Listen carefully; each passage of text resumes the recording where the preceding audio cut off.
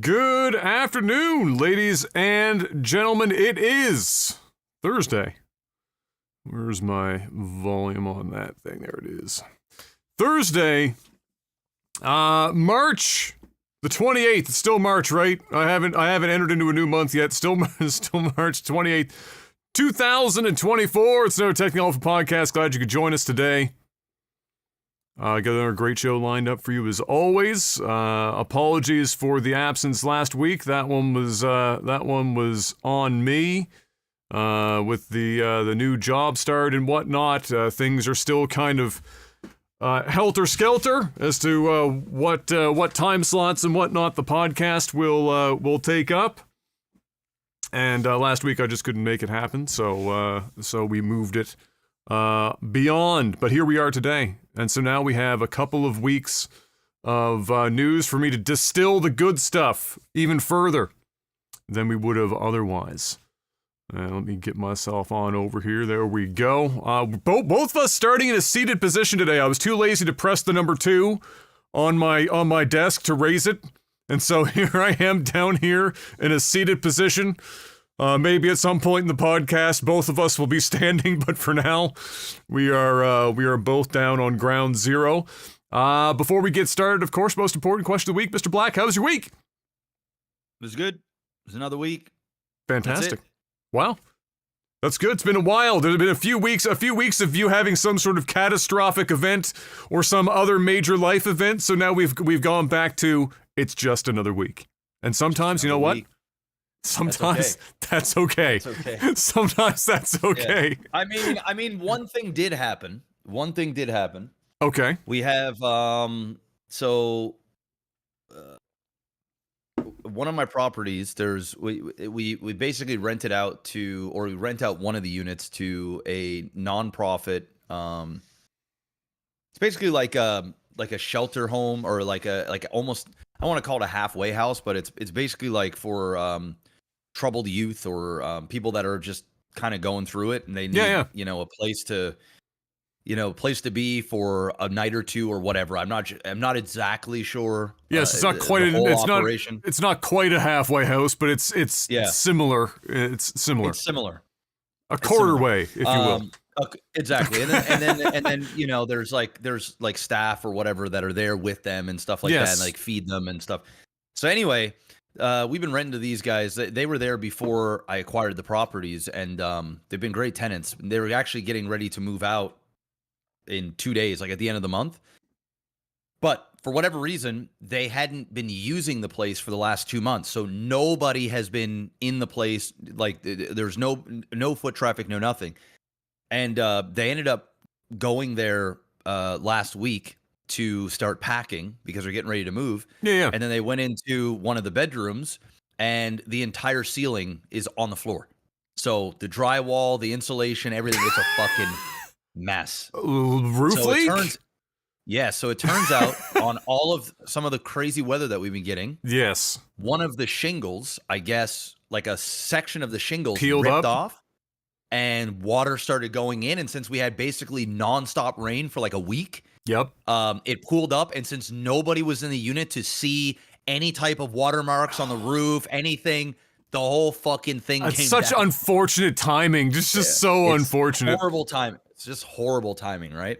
So anyway, we were planning to repaint the unit and stuff anyway. So honestly, the bill for the whole damage was only like $1,500. So it wasn't like so it didn't crazy. Spread into some other rooms. It was very localized in one spot. So you're basically like replace some insulation in the attic, and then new drywall and stuff like that. You're good to go. You're good to go.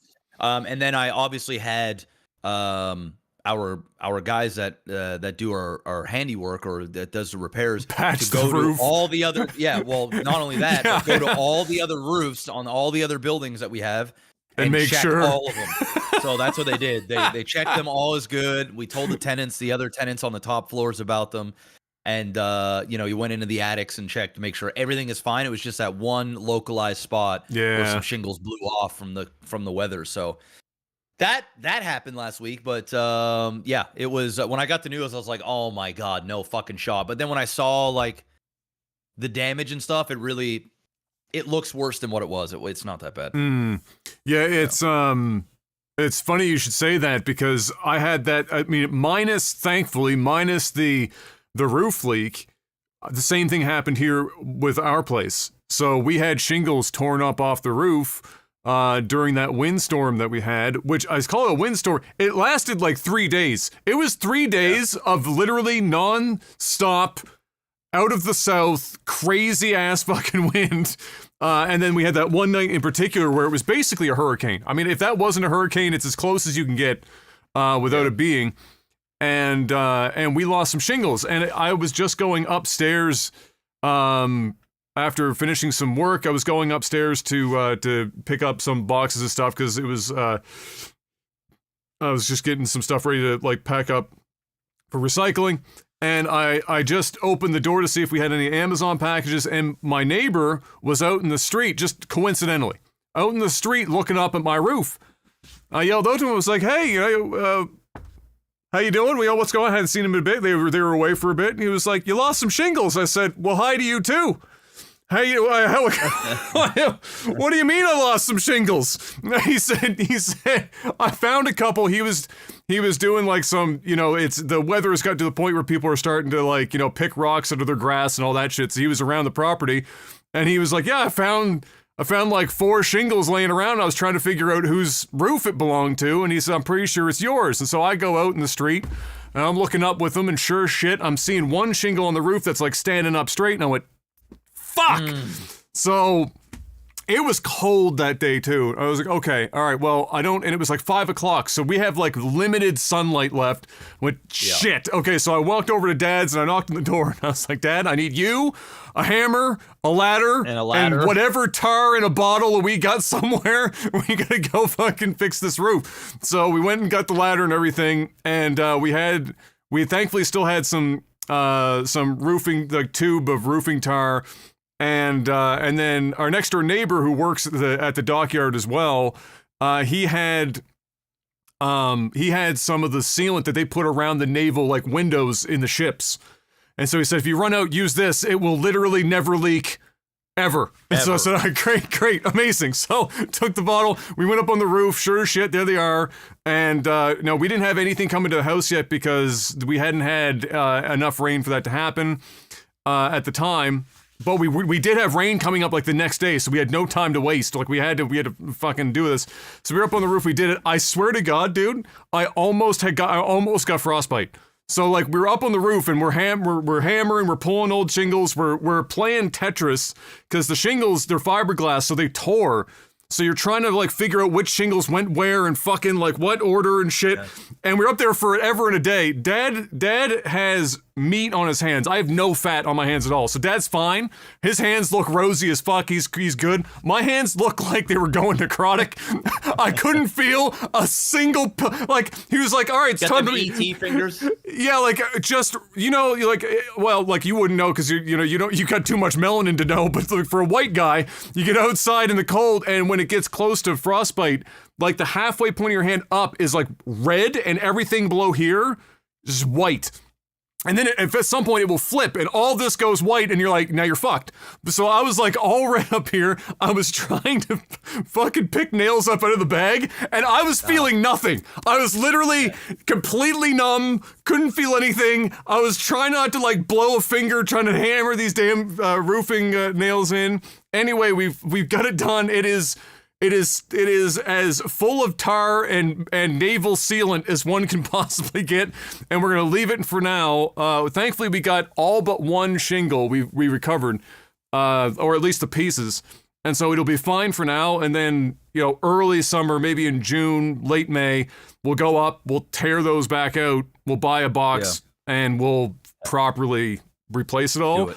And then the next day, of course, we got like Noah's flood. So we were very lucky. I was lucky. If it wasn't for the fact I opened my door and my next door neighbor's standing out there looking at the roof, I wouldn't have had a fucking clue. Like me. Yes. You'd have been like me. You'd have walked in and been like, oh, fuck. And it would have been the living room. Oh, fuck. Wow. I would have been so angry, but we got it, so it was good. So you know, it is what it is. But it's funny, like, honest to God, of all the crazy storms we've had, you know, Dad's never lost a shingle on their place, basically fucking ever. And the shingles on this roof are only 8 years old. But when we went up there, you know what we discovered? And so this is something to look out for too on your places. If you the one that you just lost shingles on, maybe to double check. You know, when you've done, I'm sure you've done at least some roofing at some point. Like you've been up and laid shingle with Dad, right? So you know when they have when you're laying them, they've got across the tar strip. There's the white plastic that goes across it. That's there so that if you don't know what this is, so there's a strip that goes across the tar for the next shingle to come down on top, and then the heat from the sun bakes it after you've nailed it. When you leave, it melts the plastic strip and then the adhesive's below. Otherwise, you'd be working with bare tar and it would be a fucking nightmare. So that plastic strip in that area, the plastic strips hadn't melted.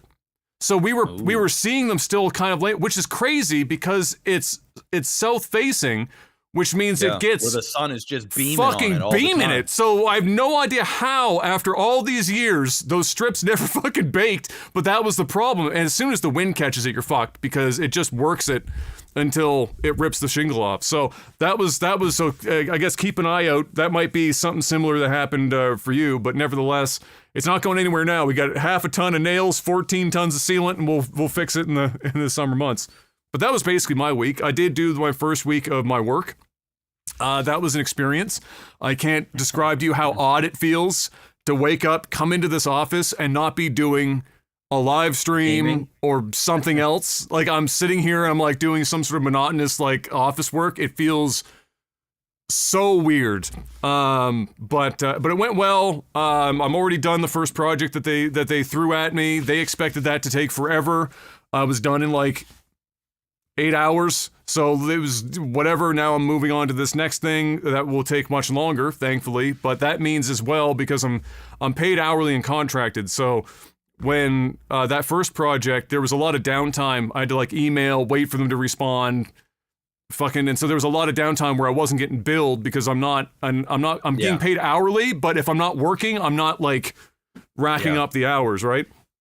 And so with this next project, I'll actually be blocking out like full 6, 7, 8 hour days where I'm just getting, which is good because now I won't feel like I'm just sitting around with my thumb up my fucking ass, waiting for emails. Exactly. But no, it was good. And then I've been trying to work in, some streams, been playing more Final Fantasy VII Rebirth that I would say in the, I just got through Costa del Sol. You remember that area from the original? It's the beach area.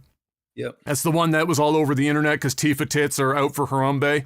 In this game, just they could not have put more tits on the screen in this area if they tried. And I've come to this realization. This is how I have to view the game. Final Fantasy VII Rebirth is actually just an elaborate collection of minigames stuck together with cutscenes. That is what this game is. Every single thing you do is a minigame from front to back. The whole game. And then there's occasional action with the combat. So like you'll like minigame, which is like Gucci Gang, but with more chocobos. And then you got fucking like here's a boss battle and then minigame. Which is not to say it's bad. It just feels weird because every minigame has its own like tutorial pop-up, and so you're like learning a million different individual mini games all the time, and so it's a bit weird, but it has been good-ish. I've been enjoying it. They have some funny moments. The characters are enjoyable, so I've been mostly enjoying my time with it, and that's about it. Which means it's time to move on and talk about some video game news, Mr. Black. We did a couple weeks. The news here. Well, no, I know it looks like a lot, but that's why I have it. That's why I have it in all bold. The quick news is me literally just reading the headlines. Okay. So everything below that line, you don't have to say a single solitary word. It's everything above that line that might be more talking points. PS5 Pro. There was rumors about the PS5 Pro off and on for some time, and then now we got a proper full-blown leak to the point where it appears like this is just the reality of the situation. Eurogamer's sister site, Digital Foundry, are the guys that and gals that broke this, as far as I remember. The numbers on paper for the PS5 Pro, they look very pretty. You know, if you were to look at the paper, the numbers are much bigger. However, what that will likely result in terms of actual performance is maybe not as dramatic as the numbers on paper would lead one to believe.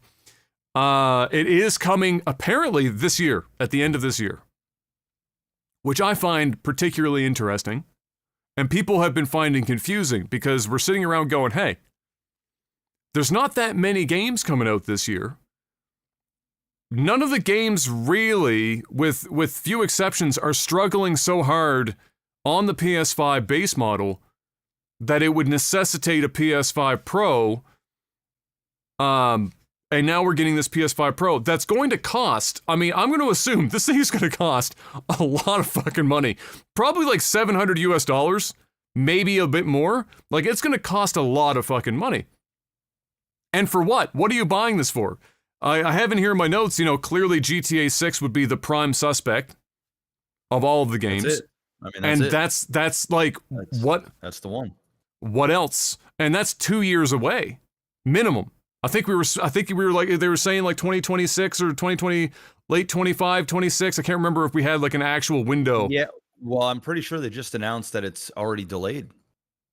Yeah, they did delay. They had some sort of announcement around that because they, but I don't remember what. 2026 now. Yes. Okay. So I that's. said this. I didn't think it was going to come out in 2025. There's no way. There's no way. But you know, which is funny because they just announced it, right? It's like they just announced it, and like 2 months later, they're like, "Oh, by the way, it's delayed." We haven't even gotten like 3 months out of the way. But yeah, so a bit odd. And it feels weird because we kind of talked, I think we talked about this on the podcast. We were I think so, where the discussion was kind of around how weird this generation feels because of the pandemic delaying a lot of games. We had so many games that were cross-generation for the longest time, meaning that they weren't games specifically built for the Series X and the PS5. They were also supporting the PS4 and the Xbox One. And so we were it only feels like, and it feels like, but it's also the reality, that we've only just started in the last year, really, getting games specifically for this generation. And so now that we're finally catching stride here, and PlayStation is coming out and saying, hey, PS5 Pro coming out at the end of this year, and it feels a little fucking weird. It's like, it feels like we just got here, and already they're putting out a PS5 Pro. And so people are a little caught off guard about it. I think at the end of the day, does it matter? I don't really know.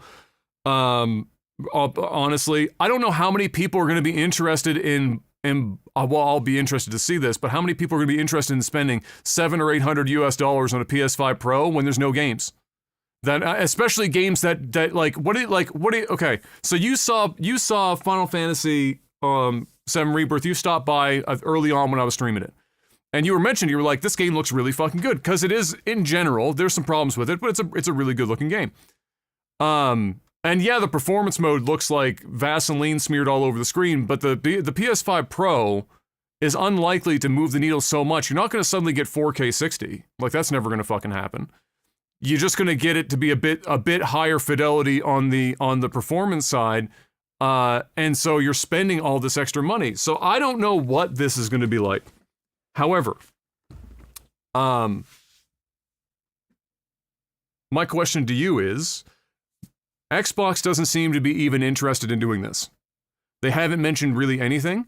In the leaked court documents in relation to those lawsuits that we ended up getting all that information out of, Xbox didn't even really mention much of a mid-gen refresh, so much as they were just saying, we're going to hit a new console in 2027 or some shit. Like a full flat, we're not doing half-gen, fuck that, full-blown next-gen console. Do you think that this is a kind of a waste of resources for Sony to be chasing after this kind of thing? Do you think that people, I hate to use this meme, in this economy, do you think people are longing for an $800 $800 PlayStation 5 Pro do you think that it's worth their time to chase this down, or do you think they should maybe consider, even though obviously they're in first place right now between Xbox and PlayStation, but do you think that they should also consider Xbox's strategy of just, maybe the mid-gen refresh isn't necessary this time, the consoles are really powerful, unlike last gen, maybe we should just wait. Do you think that it matters? Do you think that people are going to be interested in this at all, or do you think this is probably going to be less successful than, let's say, the PS4 Pro was last gen? It'll probably be less successful, but I still think that there's a market for it. And the reason why I think it is, and I think you're right, there isn't very many games out, or at least games that like people are like, man, I need to play this in the absolute best. Or that they're like specifically this generation, like they've only just started. Yeah. Correct. So, I mean, Grand Theft Auto 6 is going to move so many consoles. It's insane. Yes. Right. Yeah. And what I think is I think I'm going to look at it on more of a, in a way that maybe some people don't look at it. I look at it as, okay, it's not just about selling a obviously it is about selling consoles. That's number uno. But I don't necessarily think Sony is going to be too pressed about it not selling the way that maybe the PS4 Pro sold, in terms of like, because it felt like there was a much longer gap between the PS4 and the PS4 Pro.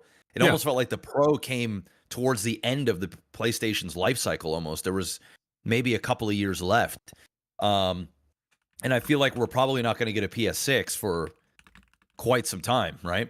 So I think this is good simply on the fact that, number one, there is going to be a subset of people that will just want the upgraded PlayStation 5 or PS5.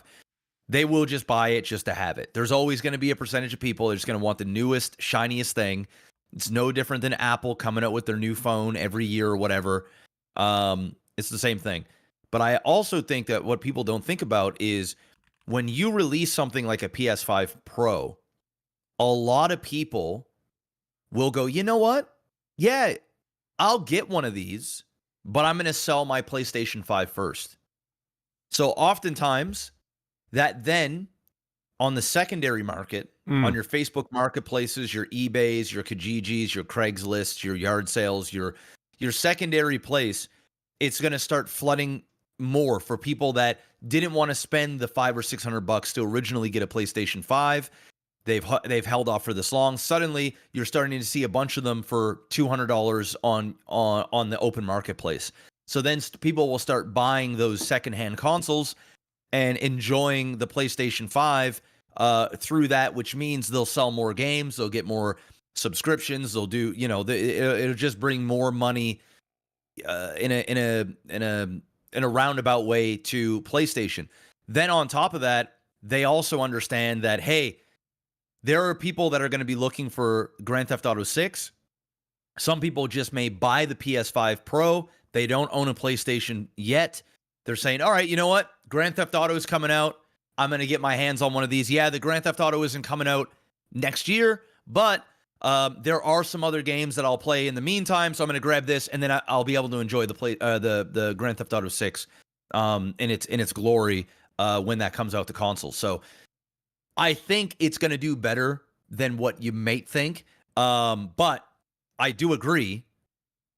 There's not a lot of games where people are like, dude, I got to go and upgrade. I think most people are upgrading their console in preparation for what's to come, and or they just haven't bought a PlayStation 5 yet. The Pro is coming out. It's like, okay, because there is going to be a section of gamers that enjoy playing Xbox or PC games, and they haven't bought a PlayStation 5 yet, and they're waiting for the upgrade. They're waiting for the Pro. So when the Pro does come out, they get the best of the best, and then they can, ride off into the sunset until the PlayStation 6 comes out. Yeah, I agree. The craziest thing is, and it's funny how this, and I think it puts a point on what the pandemic timescale really did to everyone's brains in regards of in terms of like how long it feels like this generation's been going. So the PS4, original PS4, came out 3 years before the Pro, PS4 Pro. We're now in the 4th year after, by the end of this year, it will be 4 years after the launch of the PS5. And so it's actually, so that doesn't, but in your brain, that just fucking does not feel like that at all, right? And so some of that is just the nature of what we want, what happened and what everyone went through. And then I think another part of it is just, like I said, but some that's tied to that is how long it took for the current gen games to be current gen only. And then also the fact that these consoles, from their launch time, were way more powerful, relatively speaking, to their launch window than the PS4 and the Xbox One were. Those consoles were weak as fuck when they came out, comparatively speaking, especially the Xbox was just... Don Matrick really did a number on those poor bastards when he came out with that NFL fucking PVR machine back in the day. So it's a different animal in that regard. So like the Pro really felt like it was necessary. And if you went back... And I remember when I bought my Pro and sold my original PlayStation, and it really was a pretty substantial fucking performance leap, to the point where there were games where I couldn't imagine trying to run on the original PlayStation 4, because even the Pro was struggling like crazy. But we're just not getting that with this. These, PS5 and the Series X they're fucking powerful boxes. And we're only just finally getting to the point where we're pushing them at all. And so, obviously, perhaps a refresh is going to be needed at some point. This just, and again, I think it's more of a feeling than a reality, because, again, 4 years versus 3, but it just feels super early and not as necessary. So I'm going to be interested to see how it does. Yeah, but the vast majority of console buyers don't think the way you think, right? They just don't. It's the new PlayStation. Do you have one or do you not have one? Most people aren't going, you know what? I can probably bet, and I'm a betting man, but I would bet that, and I'm just going to throw a percentage out there because I'm literally talking out my ass, but I would imagine 80+% of the people that are buying a PlayStation 5 Pro are not looking at the specs. You know what specs they're looking at? No, it's the newest model. Space, hard drive. That's it. Yeah. Hard drive. Yeah. That's it. They don't know. They don't fucking know. They don't fucking care. Yeah. And then there are a section of people that do, and that are very aware of what their money is getting them. So do you think that a $700 or $800 US console sells particularly well right now? As somebody that's sold a lot in the secondary market, and you see what the gaming, and to some degree, you're not as active in it as you have been, but I know you still check in with it and keep tabs on things. Do you think that the market in general looks like it's ready to bear the cost of a console that's approaching the cost of a PC? Because typically the upside of the consoles were obviously convenience, but also they were half or less the cost of a PC that would match its specs. And so even though this is likely to still be hard to match, we're $800 US, you are up in it. What is that, Canadian? $1,000? Like you're all up in it at that point. So do you think that if you walked into a Walmart in Canada and you see a $999 or $1,049 console, do you think that that's moving a lot of units right now? I do, if it's in the holiday season, which inevitably it will be. Yes, the answer is holiday. Yes. And you can never underestimate the power of people's desire Escapism. for escape. Yeah, exactly. Yeah, right. Because it doesn't matter how bad inflation is, how much credit card debt you have, how miserable your financial situation is. When there are those comfort foods, there are those things in life that you will sacrifice to get to. And I think gaming is just one of those escapes that a lot of people have, that it's a non-negotiable. They just really feel like they're missing out.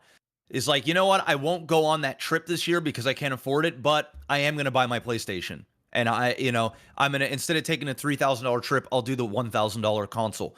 It's just how humans are. It's human nature. There are a minority of people that are like, hey, I just can't fucking afford this. I will not put this on credit. I will not take out a loan. I will not do this. And hey, those people, Do your thing. Great. You're fiscally responsible. But for everybody else, there's MasterCard. Literally. I was waiting for that. It was such an obvious joke. I was waiting for that. But yes, it's true. It's very true. And on that, it's actually a good segue that, mentioning the escapism and how many people are willing to dive into that, and with gaming specifically, it kind of ties into this next topic here. So you hear me, and Jeff as well, we've mostly had positive things to say about Phil Spencer. Largely, we appreciate that he's been the whipping boy for Xbox for a long time. He's the guy that goes out in public and takes all the lumps for the Xbox brand, and he's continuing to do so. But I just have this in the notes this week. I said it in the notes, and this is me personally. I feel like we're approaching a point in which Phil Spencer needs to say less. Because right now, in the last couple of interviews, it's not that he's been not speaking facts, because I want to be plain when I say that I don't think he's out here lying or making shit up. But I feel like we're approaching a point in which Xbox's PR is starting to just take unnecessary damage for no reason. And it's because Phil's constantly in front of a fucking microphone or doing interviews, and invariably stuff gets said. So this week, or in the last couple of weeks, this was this week, in an interview, Phil mentioned, after being asked about it more specifically, the Activision layoffs, and we talked about that in the previous podcast, I'm pretty sure, because that was around the time that they were coming through, were due to a lack of industry growth that he was personally concerned about, like not just Xbox's growth, but the industry in general, and Xbox's need for profits, or in this instance, being a profitable venture and not a some sort of would-be loss leader for the Microsoft brand, which it would never be a loss leader. It would just be a loss. He's not, and I'm saying again in my notes, I'm saying he's not saying anything wrong here, but sometimes you just need to say the quiet part out loud, which I think Phil's starting to say the quiet part out loud, perhaps a little bit too frequently. So there is, looking into it, it's true, and that's why I say he's not lying. The whole industry for gaming has dropped a bit or has flatlined in general within margin of error. So, and that's the first time in a long time that's happened. Some of that is off the backs, obviously, of coming out of its highest boom period during the pandemic. All of that is from that. Dude, all of it. And some of it he is attributing. So he's saying that some of it is being attributed to, and there was an interesting study that I'll mention here that is tied to this, is the nature of a generational shift, literally. So the difference between Gen X and millennials, and how they interface with media, and how Gen Z Alpha interface with media, and trying to meet that market where they are. And so for them, that's why they continue to make this massive push to get, Game Pass on phones and other devices, because he said, if you look at how much time, like, everyone has a certain amount of time in a day. That's just the way it is. You only have so much time. People have so much, or a certain amount, of free time. Some have more than others. And then with that free time, everyone is constantly making a decision about what they're going to spend their free time on. And everyone in the media industry is now competing for this subset of minutes of everyone's day that they can get access to. The thing about phones, of course, is that it's always in somebody's hand. It's not a TV in a living room. It's always in their hand, and people are always on it, which means that the odds of getting somebody's attention by having something on their phone is way higher than trying to convince people to meet them in the living room on a television through a console or some similar medium. That's not to say that there aren't people. Obviously, there are still a large number, but the mobile market clearly dwarfs the console market in general, and more specifically, Gen Z and Alpha are using phones way more to game than they are consoles and PCs. And so he mentioned that. I feel like some of that is copium for Phil to some degree, because it's not that he's wrong or lying. It's just that I feel like this is a way a miniature way out to try to explain away why Xbox's hardware sales have sucked dick for years since he's taken over. He had this small uptick, and then it's just completely gotten tanked. It's to the point now, to further elaborate on this, that in the UK and European markets, the Xbox hardware sales are so low that third-party developers are starting to question why they're even supporting the Xbox console anymore by taking time to port their games to the system. Especially because if they do that, as we've discussed before, one of the hurdles is that Xbox forces them to also make sure their game runs on the Series S. So it's not just the X. Now they got to be able to make their game run on a much weaker console at the same time. So they're looking at PC, PS5, God forbid if they try to get a Switch, is even worse than an S, but then now Xbox Series X and an S. And when Xbox is selling 4 consoles a year, it's some of them are starting to say, hey, do we need to worry about this at all, or do we just focus on like PS5 and PC and then leave it at that? The last part I'll say before I hand this off to you on your thoughts about this, Mr. Black, is that coincidentally, what is this? Where did I put that? Where the fuck did I? Oh, here it is.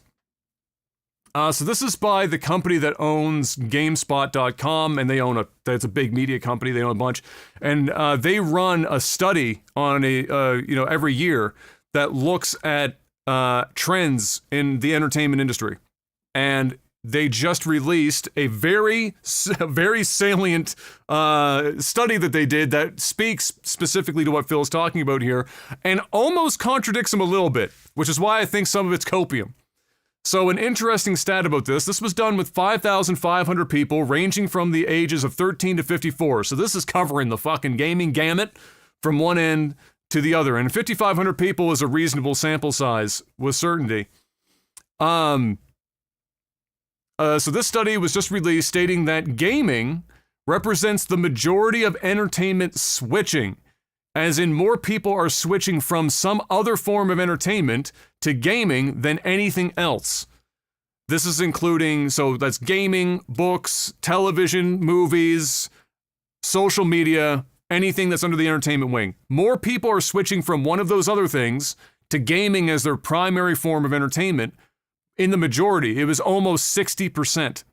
We're shifting over. That's that's a major majority. Second to that, funny enough, is books. Third is social media. And so this idea is not wrong, because gaming can happen on a phone, but the market is so fucking huge that I feel like Phil focusing so hard on, like, he mentions TikTok. Well, TikTok is in that third group. It ain't up here at number 1, it's gaming. And I think he has to be able to admit to himself that it's not, TikTok ain't stealing Xbox console purchasers. It's just they've been fumbling the bag a bit in this regard.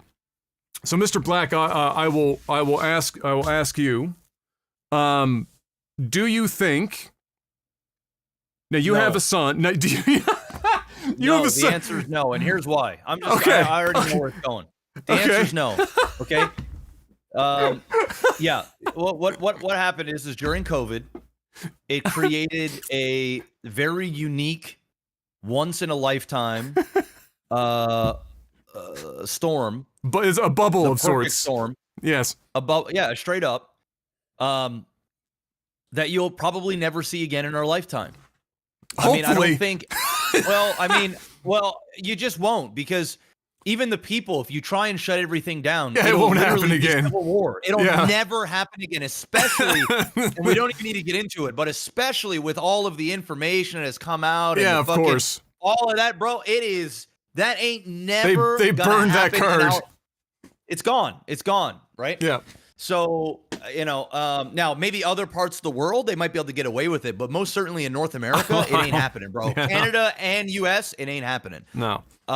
It just won't, like, literally. Yeah,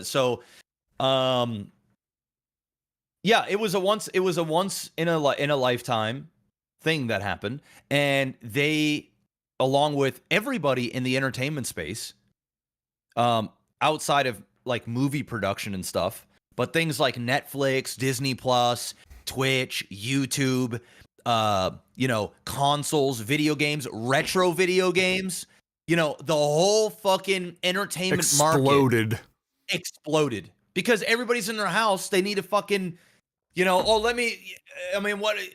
the time, right? Now is you're in the house for years, literal years, to the point where you can't do anything. You can't even, you can't do nothing. So what do you got to do? You got to entertain yourself. So this is what happened, and it created, it made people a lot of money. It lost people a lot of money, but in the entertainment world, for the most part, it was a boom. It was a boom for everybody.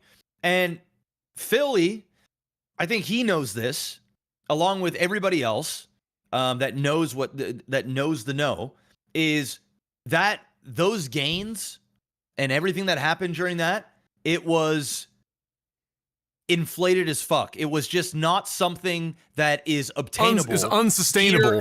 Exactly. Thank you. Year after year after year, it's not going to happen. No matter what, you come out of that, it's literally the complete opposite. Where now people are so sick of playing video games all the time that they are desperate for human connection, to get the fuck out, to go do other things, to travel, to just get the fuck out and do other things. The movie theater experience is taking a hit after COVID because, dude, I don't even go to the movies as much anymore. I used to go twice a month easily every month. Now it's once every 3 months because I broke that habit. It's not part of my daily routine anymore. And it doesn't mean I don't enjoy it. It just means it's not something that I crave to want to go and do all the time. So, this passing the buck or passing part of the buck to Gen Z on, their short attention spans and all that. You know what that means? It just means you have to work harder. Why is it that PlayStation doesn't have this problem? Why? Well, I think in his mind, right? And this is why he's speaking half truths, but you're right. Why is Nintendo not having this problem? Suddenly, you know what this sounds? It doesn't just apply to Xbox, to Microsoft. It doesn't. You know what this kind of sounds like? When he's talking about the trend and where the industry is flatlining and dropping, and how there's concern about industry growth and how they can grow the industry out and whatnot. It's a bunch of corporate speak because a couple of things. One, obviously, everyone in every industry wants the chart to always go this direction all the time. Now, the problem with that is, and he knows this, but he's saying this because it gives him some wiggle room, perhaps, to that he might not have otherwise. But if you pull back on most charts, there are periods where the chart goes down. And unless the whole industry bottoms out and dies, at some point, it comes up and it passes the point where the first drop happened. Most charts don't literally just linear fucking straight line off into the sun. Not how it works. It does this shit. Yeah. After a bubble made by everyone being trapped inside, like you mentioned, and where everyone was looking for something to do, they had more money to spend for a number of reasons, not least of which was because they couldn't go anywhere else to spend the money anyway. So now they're just sitting at home with their money. During that time, people had more savings than they ever had, fucking ever, because there was no. They can't go on vacation. That $10,000 a year trip to Disney every year. Can't go. Fucking can't go on those cruises. Can't go. Can't even go to camping trips. Can't go. You can't go to your favorite restaurant twice a week. You can't fucking do. Dude, people didn't know what to do with themselves, so they spent a whole bunch of goddamn money on shit that they could do in the house. Yes. And, and not only that, interest rates are at a historical low. Everything is, bro. Perfect storm. Now we're coming on the other side. And there is going to be a downturn. It's just the way it is, right? And the downturn's kind of already happened. For whatever reason, we're at all-time highs again. We're just all-time highs. It's just everything's just on fire again. And then when the interest rates start to come down this year, it's going to go on fire again. So, I mean, Philly, I can appreciate it, Phil. But TikTok ain't your problem. Gen Z ain't your problem. Your problem is your console, how you deliver it, and the lack of games that you have. That's your problem. PlayStation ain't bitching about this. Nintendo ain't bitching about this. This is just a Microsoft issue. I'm sorry. Just, you got to work harder. You got to work harder and do more. Like, think about this for a second. If you're a third-party developer and you're seeing the Xbox sales are faltering in primary markets, and then you see Phil Spencer go out all the time talking about how they're not worried about console sales, they're not worried about physical shit, they're not worried about all this stuff, it's not important to them. What does that signal to the third-party developer? Like, to me, if I was a third-party developer, I'd say, okay, it's great that you've got Game Pass and all this other shit, and you're basically trying to create your own market, but you don't even sound confident in your own brand. Why are we supposed to fucking care about Xbox if Xbox sounds like it barely cares about Xbox? Barely cares about Xbox. That's the truth, Adam. They have 1 foot in, 1 foot out, Adam. That's it. That's it. It's and like, so hey, imagine, if things turn around, if things turn around, exciting, great, yeah, let's go get the next fucking Xbox. Let's go. If things start to stay like this and they keep doing this, bro, I can guarantee you some of the meetings that are happening behind there, and I can guarantee you they fielded the idea of shutting the whole fucking thing down. I guarantee it's been fielded. Guaranteed. Sure. Or what do we do? How do we sell? Like, what are our options? But I don't think they will. I think they're going to stick it through. I think it's going to be rough for them. And you know, they got to make some huge changes. They need games, bro. They need games. People just aren't buying consoles to buy consoles the way they used to. They're, people, these things, and the reason is the price. These things are fucking straight up PCs, bro. You can't, the old days of just buying a console and having a PC were like two different worlds. The games you played on the PC, you just didn't play on console for the most part. That's the way it was. You kind of had to have both. Now, 80% of the games are on both. You don't even need a console. You really don't. And I'm talking that for Xbox, PlayStation, Switch Nintendo is the only console that if you're a Nintendo fan, you gotta buy Nintendo. And why? And I wonder, because Nintendo knows what, and none of their games are on the PC unless you've got illegal ripped emulators and shit like that, which nobody wants to go through. And you have to buy their consoles. Oh, and looky. Nintendo has got the biggest selling consoles that the world has ever seen. I wonder why. It's because they're not stretching themselves out. It's like they stay in their lane and they crush it. This is what happens when you overextend. Good games that are exclusive to their console. That's it. Imagine if Nintendo put all their shit on PC. Crap. Dude, the Switch wouldn't sell the way it sells. It would sell a fraction. But, if you want to play all these awesome Nintendo games, and the vast majority of them are pretty fucking awesome, even if the crazy thing is, I've played so many Switch games since I've had the Nintendo Switch, and I've played games that I have no interest at all in. If I saw the cartridge, I'd be like, you know what? Nah, this ain't it. But I'm gonna try it. Dude, they're all good games. They're all just good games. Even though I might not be into them, it's like, this is well built. They're still a good game. This is just good. This is just a good game. It's just not a good game for me, but it's a good fucking game. Yes. And that's why. That's why they sell the way they sell. Shocking wow. that having a library of good first-party exclusive games might help you sell consoles. If you grabbed 100 people and you line them up, and I'm talking people that know video games, and you line them up and you say, name me 5 Xbox exclusive games. They couldn't do it. They couldn't do it. I don't know if I can do it. Yeah. And I should be able to. So what does that tell you, bro? Some would most people will stop at Halo, Forza, and then they'd start maybe Gears, and then they'd start to falter. That's why I said 5. I think 3 is easy just from a branding purpose. Yes, okay. But you go to 5, you're like, you're stumped on 4 and 5. You're stumped. You go and you say, name me 5 games for Nintendo. They'll go, I'll name you 20. That's what they'll do. I'll give you 20. I think some of this is And I feel for Phil in this regard, because the CEO of Microsoft is probably going to Phil and saying, I don't really care about Xbox unless it makes money and we can use it to further make more money with our upcoming cloud and AI infrastructure. That's all I care about right now. AI, cloud, and if you can't make that work and fold it into the games to make it more profitable and by proxy the Xbox brand, I just don't give a shit about Xbox. Whereas Nintendo, in their mind, they're thinking, hey, that's all well and good. Whatever, we're still making good profit. We make profit all the time. We sell tons of consoles.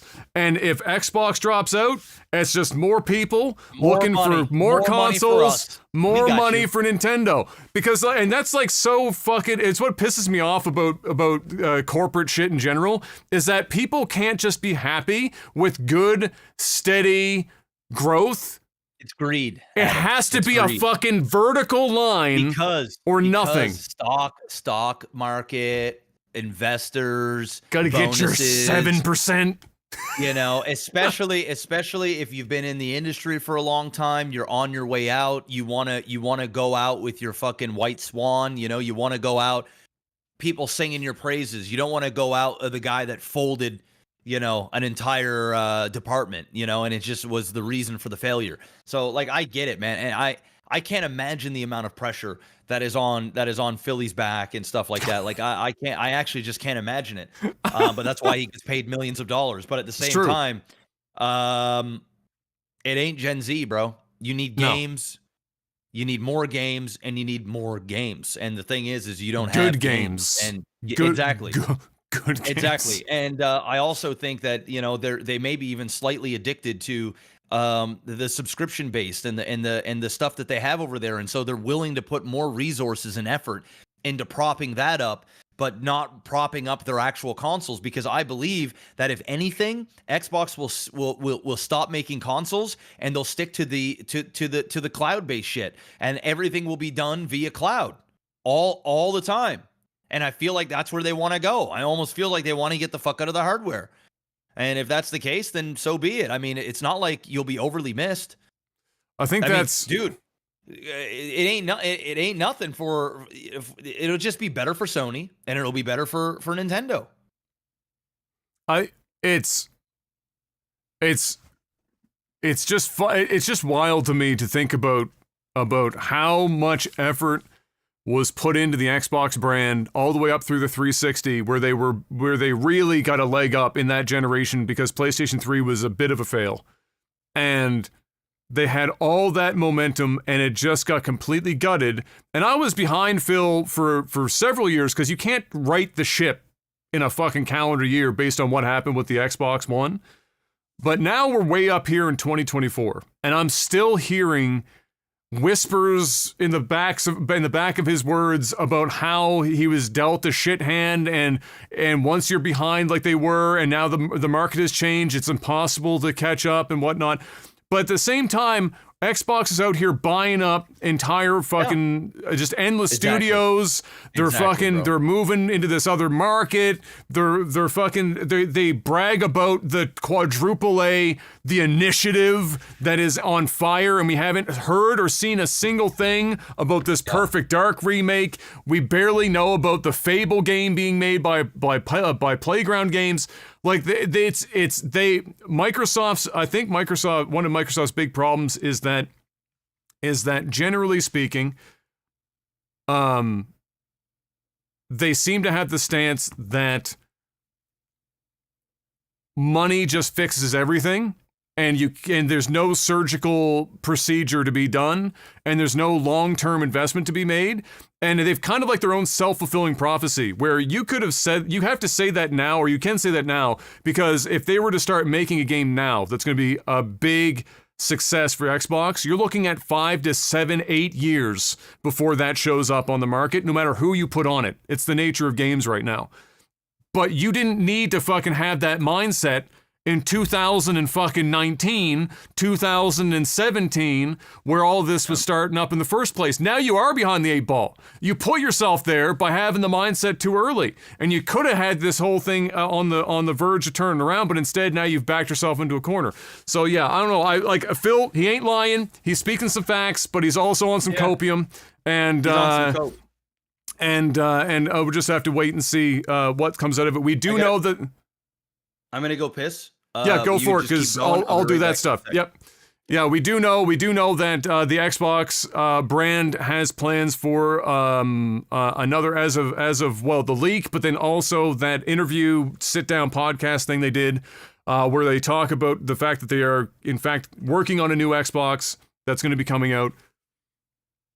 So they're not done with hardware, which is all the more weird as to why they've been approaching the software side and approaching all this PR the way they have around their hardware and around their physical and even digital media. So it's very weird, but we'll wait and see what develops more out of this. But it was very odd to see Phil talk about things that way this week, all things considered, especially with that study that I mentioned there. So while Mr. Black is off using the washroom before we get, he's on his way back now, but we will get into our quick news segment. We just got some stuff that we don't need to sit down and talk too much at length about that happened in the last week or two. First up, it was the Elder Scrolls 30th anniversary this week. The big Elder Scrolls 3.0. Half of that, what is it? Almost half of that is Skyrim in terms of the Elder Scrolls lifespan. We got Morrowind, Oblivion, and Skyrim inside of a decade. And then it's been more than that since we've had anything else. And so 30th anniversary for the Elder Scrolls. To mark the occasion, Bethesda let everyone know that progress on the Elder Scrolls 6 is being made and it's in a playable state, which lots of jokes were going around saying that's a bold-faced lie. Their games are never actually in a playable state. Whoa! Did they say Elder Scrolls 6 was in a playable state? No, but the thing is, playable state in gaming terms means they have built pockets, silos of the game in which they are testing stuff. This game don't come out until 26 or later. Okay. But that was the joke, is that all cap. That's when it comes out, it's not going to be in a playable state. Like, let's be fucking honest. But yeah, they announced that, they talked about it. It's just more blue balls. I have no faith. I wrote that article. I did that video about 5 days ago talking about how Elder Scrolls 6 development could learn from Starfield. And a lot of it centered around the fact that how Bethesda has completely forgotten what made their games good in the first place. They've completely forgotten it, or they're intentionally ignoring all of it for some other stupid reason. But yeah, I have basically no faith in Bethesda for Elder Scrolls 6. I'm gonna and it's probably for the best if I go in with no expectations, because then maybe I'll enjoy it. Because if I go in expecting this to be good after Starfield, I got zero expectations. Yep. Overwatch 2 is getting closer and closer to reverting back to Overwatch 1.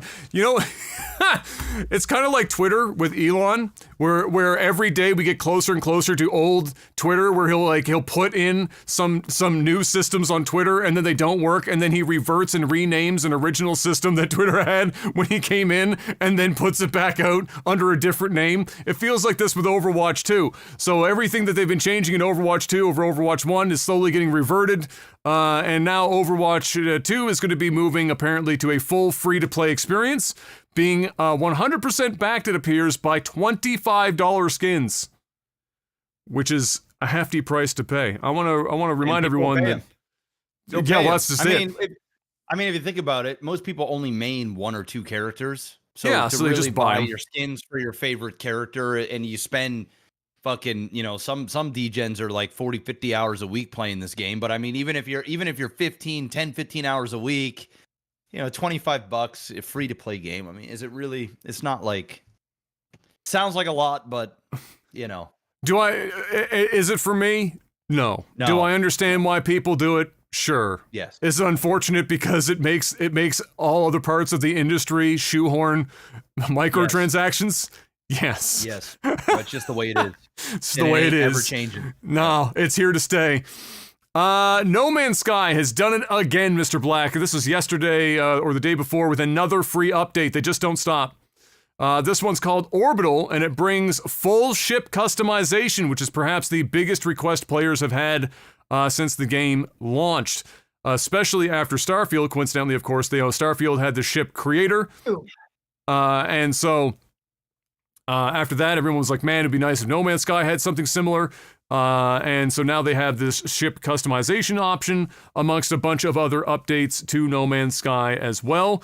Now, at this point, it seems like really, as far as I'm concerned, Mr. Black's moved to the standing position. I'm getting there myself. The only thing that's really left is that people have been really asking for is building space stations.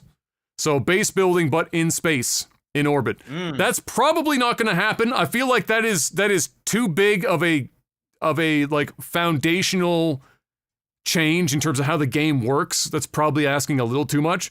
Listen, man, I'm not sleeping on them anymore. They'll probably make it happen. Let's be real. Stop sleeping on these motherfuckers. That's true. You gotta stop now. Dude, I know this sounds crazy. No Man's Sky came out 8 years ago now. Yeah. It feels like 8 years, to be honest. That game is...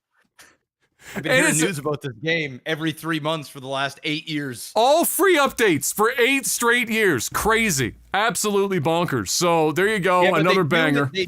I think they do that because it's one of those types of game. It's a sandbox game. And I feel like, and it's priced well. So I feel like it's just one of those games where I don't think they're just doing it because they're trying to make good on their fails. They're doing it because it's exactly something new comes out. They get another wave of people that buy the game. Old people come back for the content. Like they got a good thing going. So and I wouldn't be surprised if we don't get a No Man's Sky 2.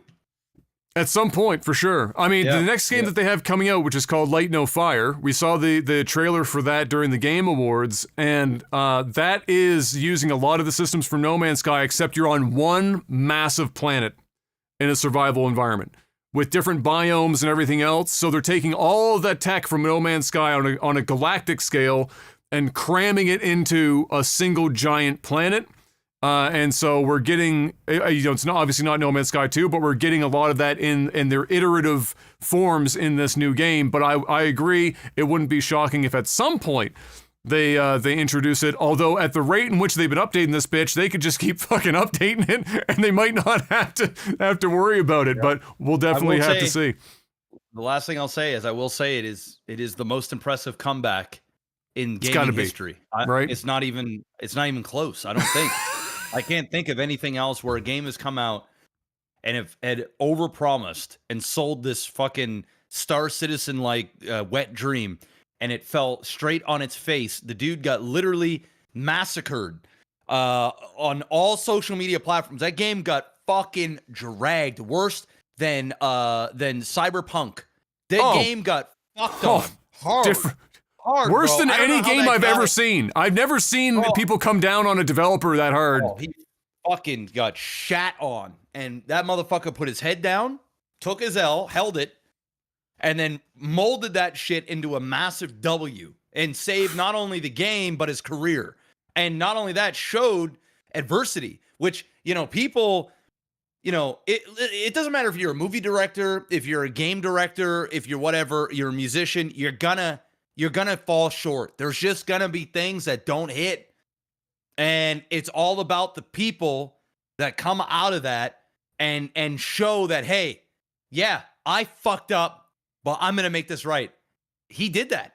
He fucking did it. And then some. And then some. So straight up, his next game I will buy just on the basis of what he has done. Because you have to support that kind of shit. Right? How can you not? How can you not? So exactly. And you know what? Honestly, like No Man's Sky might be too broad of a thing for some people with the space and whatnot. So having it all on one planet, dude, I have a feeling that game, if it doesn't come out like too busted, it's clearly not going to come out like No Man's Sky. They only went down that road once. It's going to have bugs, obviously. When you have a game like that, there's so many moving parts, it's going to happen. But it's not going to be like the first No Man's Sky. I think that game's going to sell like fucking... Oh, it will. It will. It will. It's gonna be a big 100% dub. It will. And it's gonna be huge on Twitch and everything. Oh. That game's gonna sell like fucking crazy. Yeah. It's gonna sell 100%. like crazy, so. Steam Families Beta got a kickoff this last week or two, and will make it even easier to buy and share games with your family members. This brings new parental controls, as well as the ability for up to 5 members of the family to play simultaneously, even if others are online on the account. So there's been like account sharing up to this point, but but only one person could be logged in on that share at a time. And so if they were, the other person couldn't do anything. So this new family sharing capability that's in beta will allow everyone to kind of do it at their own. They have their own saves, their own cloud, their own Steam Workshop, their own achievements. It's just under the umbrella of this one family account. That's a big fucking W. Once again, proving that, honestly, I've joked about this before, the idea of a benevolent dictator, that is basically Gaben. Gaben and Steam. I don't know how they got. I actually have no idea how they pulled this off. Like, I have no idea how Steam has done what Steam has done, and not only that, just even from a monopoly standpoint, this could have gone the total other direction. Oh, 100%. I mean, it could have been bad, but they have made a platform for the gamers, man, and these guys are absolute.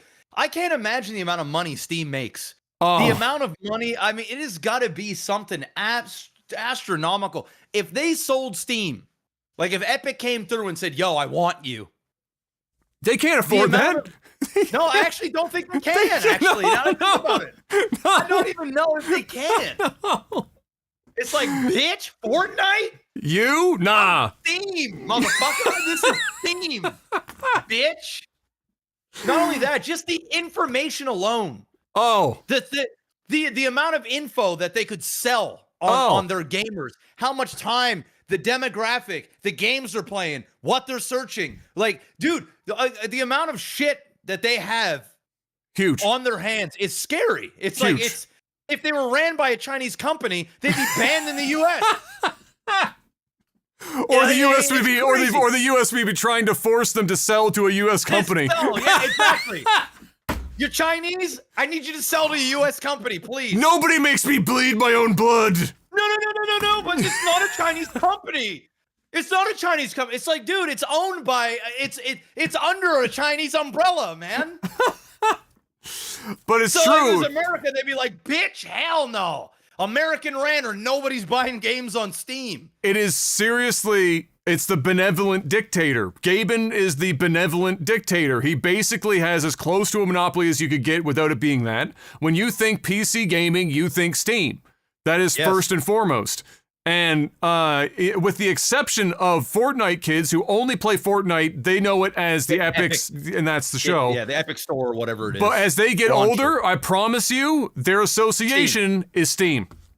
Like, they capture them early, and they got fucking balls on their fucking nuts, and they actually have some taste. Just like balls. We don't want balls on their nuts. That would be bad. That would be. You know what I'm saying? Hair on their nuts. That's what I meant to say. They got some hair on their balls. They hit puberty.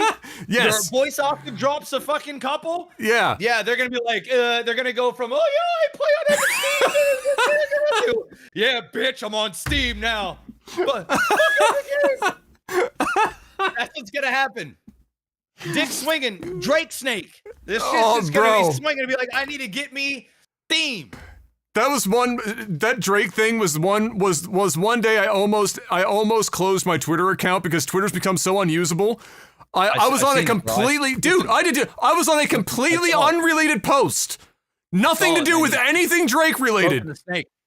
And I'm reading the replies, which is all bots for like the first 20 fucking replies to any tweet, and just here's Drake's fucking like 48-inch man dingo dick, and I was like, Jesus, bro. Just sitting there like this. I'm trying to get it out the way, just stroking one real quick. It's like, bro, Drake, chill out, motherfucker. You light skin, you got a massive cock. That's not. You super rich. I mean, unfair. Say like, what the fuck, bro? Save something for the rest of us, man. What the fuck is this? Fuck. And now Kendrick's out here being super salty about it. Kendrick saw that dick and said, "Nah, that ain't right." Dude, Drake needs to come with a comeback and just say like, "Bitch, my dick will fuck kill you. My dick's net worth more than you, more than you." Yeah, my dick, buddy, dude, the guy is slinging, bro. It's like, what the fuck, man? Drake, chill out, Drake. God damn. Oh shit. I had to go on my wife's phone. And I had to block out the terms Drake and shit on Twitter, on her phone just so she can't see the shit. It's like, my God, shit, God damn. Got me feeling insecure. God damn, Drake, chill out, bro. Oh my God. It's true. It's crazy. Fucking. That Kendrick thing's crazy though. That's wild. Oh, bro, that's wild, bro. Kendrick went in, bro. He stuck his dick in his Prince nuts outliving, like, Prince outliving fucking Mike Jack. Man. Like, come on, bro. And did you see Drake's music video where that's a fire music video where he's the one with J. Cole, because Kendrick is dissing J. Cole and Drake, yeah. In that. And in the Drake's music video, he said he's one off of Michael, and he had that huge Michael Jackson statue. Not see this music video? I don't watch music videos. This music video is hard as fuck. I did hear the line. I did hear about the line about being one off, which is where the Mike Jack came from. But yeah, bro. And he's got and he's doing like this whole like of course. Michael thing, and all the tiles are all light up like Michael, of course. Michael and dude. It's the visuals. That video is so hard. Like, dude, I got a little bit darker of black. I went full Negro watching that shit.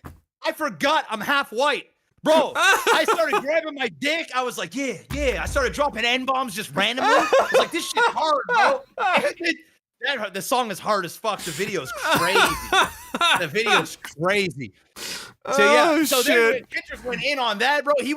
Kendrick went in on everybody. He said, fuck the big three. It's just big me. I'm like, God damn. Because Kendrick, J. Cole, and Drake, they're the ones. Like, those are the debate. And what Drake and Kendrick was getting salty because they were like kind of low key sneak dissing them, where they're like saying that in songs that like they're number one or whatnot. And Kendrick's like, bitch, motherfucker, you don't. But dude, this battle is gonna be sick. J. Cole is no joke. Drake's got all of the ghostwriters lined up. Yeah. Bro, these motherfuckers are going. Dude, I'm telling you right now, they're going to be in the booth. This shit's going to be crazy. 2024 is going to be wild, bro. It's going to be wild. It's funny because J. Cole, J. Cole's crazy. J. Cole's crazy, and he don't got no ghostwriter. J. Cole ain't got no ghostwriter. Writing for Drake, bro. Yes. J. Cole's in the studio writing for Drake. Yes, and so like all I can see in my head is it's kind of like the movie, almost like the movie 300, where J. Cole is like Leonidas's right-hand man, who like technically doesn't need Leonidas, but he's his right-hand man. And Leonidas is standing in front of the 300, and Drake is Leonidas, and the 300 are all of his ghostwriters. Yes. And then there's J. Cole is just on the side. Yes. Don't get me wrong. Drake is both. Drake is a hit maker. He's fire. He's dope. Lots of people have ghostwriters and do nothing. Dude, almost everybody does, bro. Yes.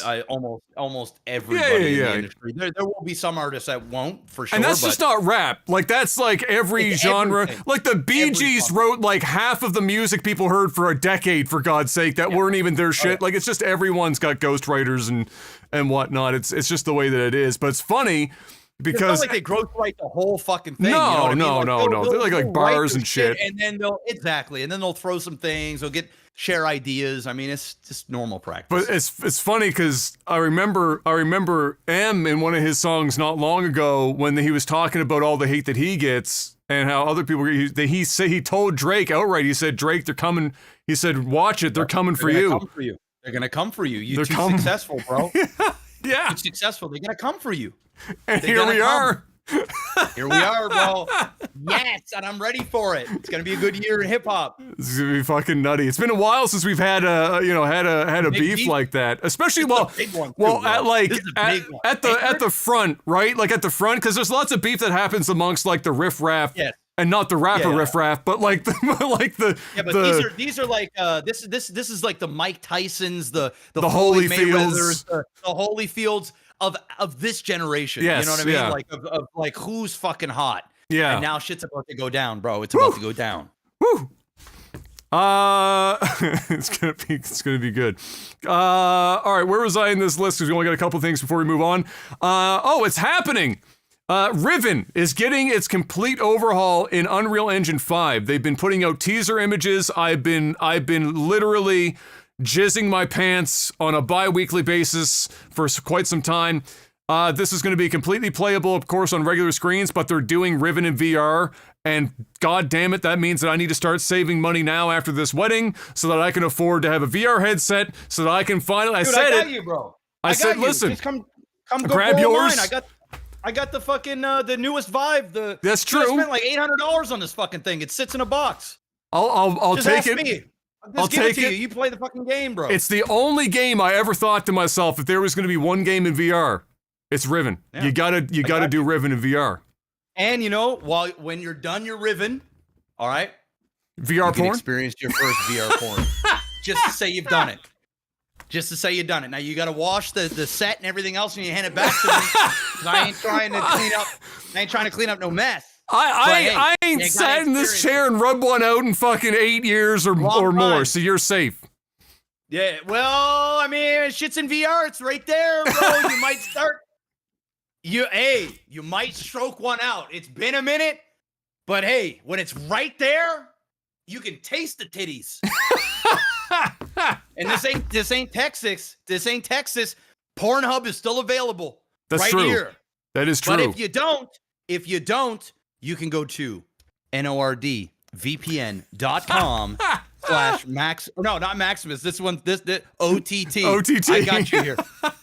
nordvpn.com/OTT. All right, you go ahead and do your thing, and then I'll sell out. Last one, Monopoly Go, which anyone that has a phone has probably seen an advertisement for Monopoly Go a minimum of 1,000 times in the last 6 months to a year. They spent $500 million in advertising for Monopoly Go. It is the most psyop, put it in front of everyone until you win situation I've ever witnessed. And people were like, is this going to pay off? Yes. The answer is yes. They have made over $2 billion off of Monopoly Go with over 100 million downloads in terms of players playing Monopoly Go. 500 mil. They spent a Star Citizen on almost a Star Citizen, not quite. Star Citizen a little higher than 500 mil. But Monopoly Go. Is it a PC game? Mobile, bro.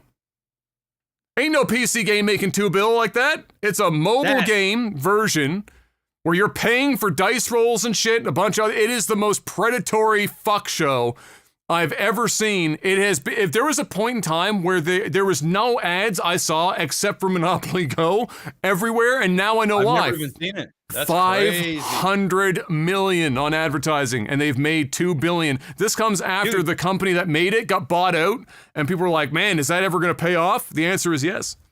I'm doing a sponsored thing tomorrow with AFK Journey. Have you heard of this game? No, but it sounds RPG, like it's an AFK, clicker type game thing, run in the background and check in on it occasionally. Yeah. There's a lot of games like that kind of AFK RPG-ish type thing. Like people sitting at their desk at work, leaving their phone run, the game's doing its thing. They make a lot of money too. There's a section of the mobile market, bro, that's just like you put in like 50 to 100 mil, and then you get out like 500 mil, and then you go on to the next game and you make another one. How crazy.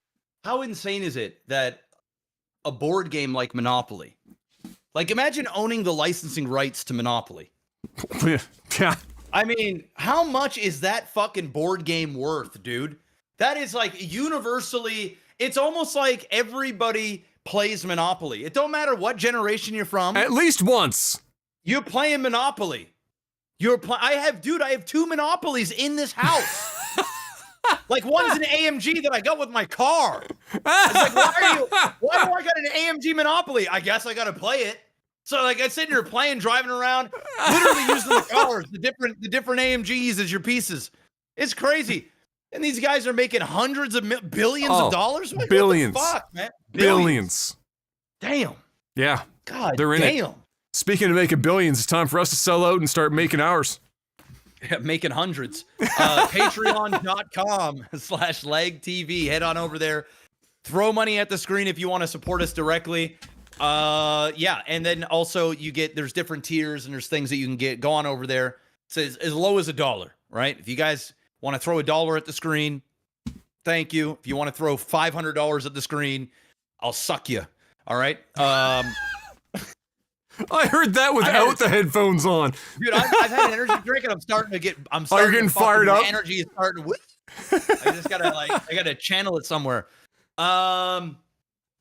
Sponsor NordVPN. We got NordVPN. NordVPN.com/OTT. It'll automatically put in the promo code OTT for you, so you don't have to worry about that. Guys, stay safe, stay anonymous on the internet. Watch different regions of Netflix and other streaming services at the click of a button. Stay, just stay connected, guys.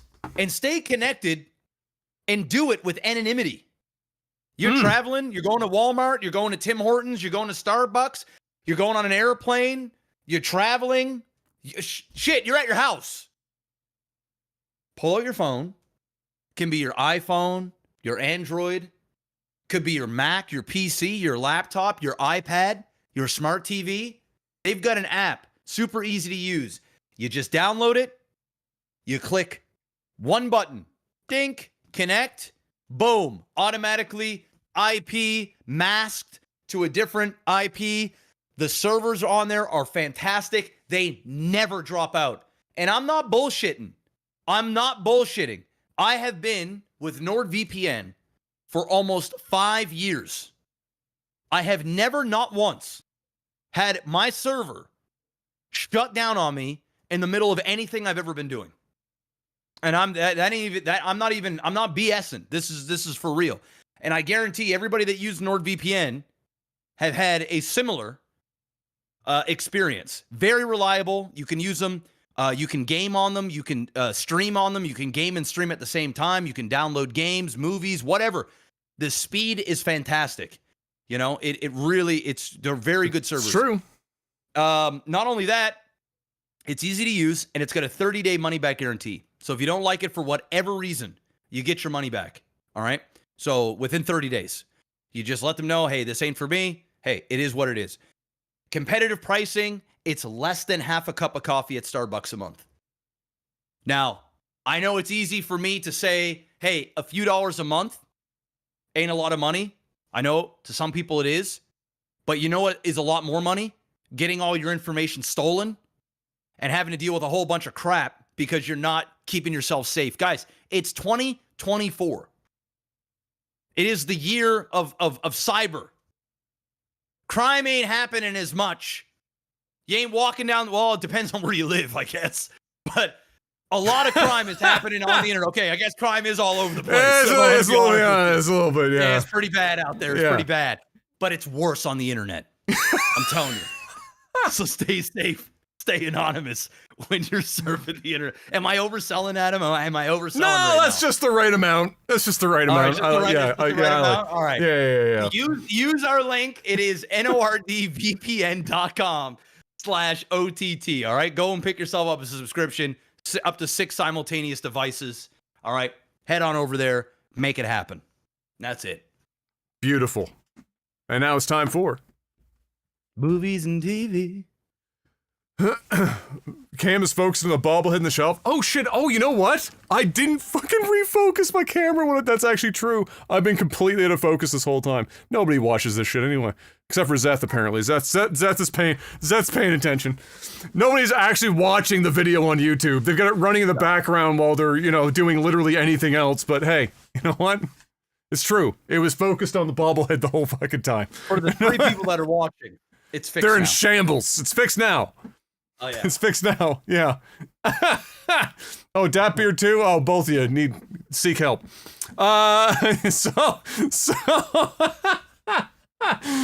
So Pierce Brosnan has chose his fighter, Mr. Black, in the bid for who will become the next James Bond.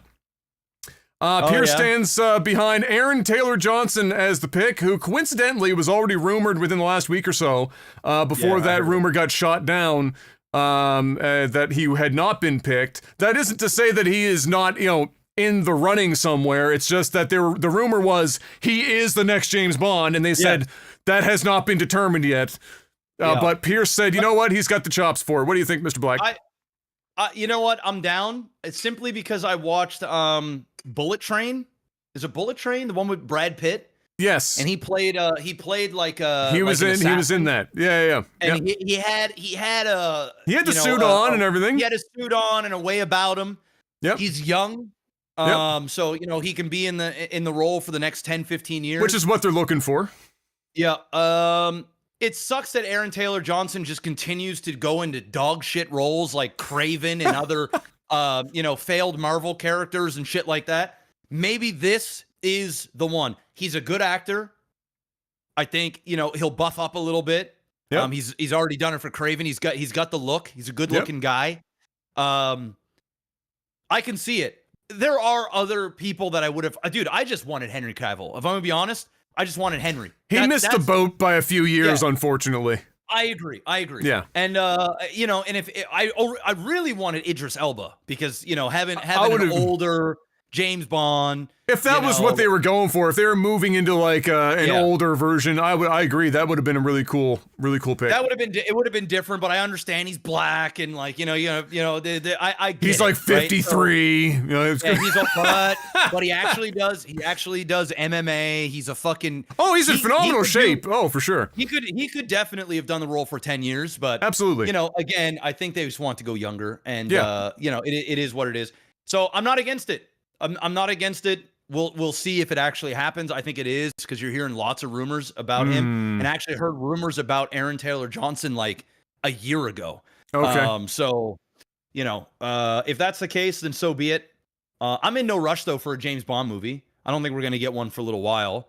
I'm still coming off the Daniel Craig stuff. Yep. God, Daniel Craig was such a good fucking Bond, bro. He's the best. He's the best. I mean, at this point, Daniel Craig is basically, for me, Daniel Bond. Craig is what, he is Bond for me. Yeah. But he is basically so much Bond that I think of him like I think Hugh Jackman with Wolverine. Right. And Robert Downey with Iron Man. It's going to be tough for the next Bond to come out and actually do what he has done. Because I just really enjoyed that character, and I enjoyed him more as the movies went on, and he became more and more hardened, almost tired, like just run down. It was just realistic, and I just enjoyed. And I really liked the last Bond. I like how they tied up for his character. I just thought it was Daniel Craig. It was well done. Do you think they're going to continue with the style of Bond that Daniel Craig represented, or do you think they're going to try something different? No. I think it's going to be very like Bourne Identity, like kind of raw. Yeah.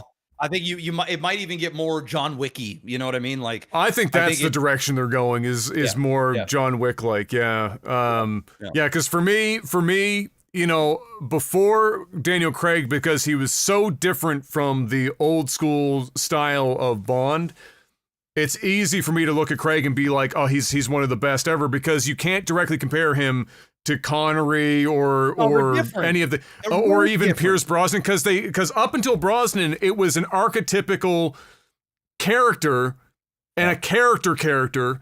And then this version of Bond was so wildly different that it was okay for him to be out here doing all this stuff that wasn't necessarily what we got before. Because for me, obviously, growing up, Pierce Brosnan for me is James Bond of the old school, that style of James Bond, the old campy, jokey, kind of James Bond. Not gritty, the real, yeah. If Bond existed today, Daniel Craig would be that guy. Yes, it wouldn't be a Sean Connery, No. It wouldn't be that, right? But it was a different time, and movies were very different back then, right? Those were great in their own right. Yes, but I'm I'm a Daniel Craig guy, and I'm going to be going into this new Bond. It's going to be tough because I'm going to go, man. Got a lot to live up to. You got a lot to do, bro. But I think he can get it done. We'll see. We'll have to see. Star Trek 4 is back on track with a new screenwriter and is still set to be the send-off for the reboot cast of characters. Of course, they already tragically lost one of the actors who played Chekhov, I think, the Russian. Yeah. He passed away. That was super sad. He was so fucking young. And he did a great job in the movie, too. Wasn't that like a freak accident that it happened? Was. I think it was like a freak accident. Yeah. He got pinned by his car or something. I'm not sure what happened. No, well, I don't know if you're conflating that with what's his face that plays plays Hawkeye, because he had that happen to him. No. The Hawkeye. Well, he ain't dead. No, he's not dead. No. That's what's his face there. He got ran over by a big snow. He was trying to clear snow and it dropped on him. His plow or whatever dropped on him. Correct, but I think the dude that passed away from Star Trek actually got pinned between his gate at his property and his vehicle. Okay. He got out. Maybe got in front of it or something. I don't know for sure. I can't remember. I can't remember the specifics. Me there in the fucking comment section, but I think it was some sort of. Yes, that's what Seth is saying. That's what happened. Yeah. Okay. Yeah, which is really sad, dude. The guy was super young. Yeah. And he was great in the role too. Oh my God, he did a phenomenal job. Yeah. So that was sad, but they've got one more to send this version of the cast off. You know what? Some diehard Trekkies were not a huge fan of these movies. I've loved all of them. Me too. I think all of the characters, all the cast did phenomenal jobs of doing all of the characters in a modern flavor, while still totally feeling like their original Star Trek cast. The visuals were fantastic. I harp on JJ a lot, and the joke about lens flare will never die.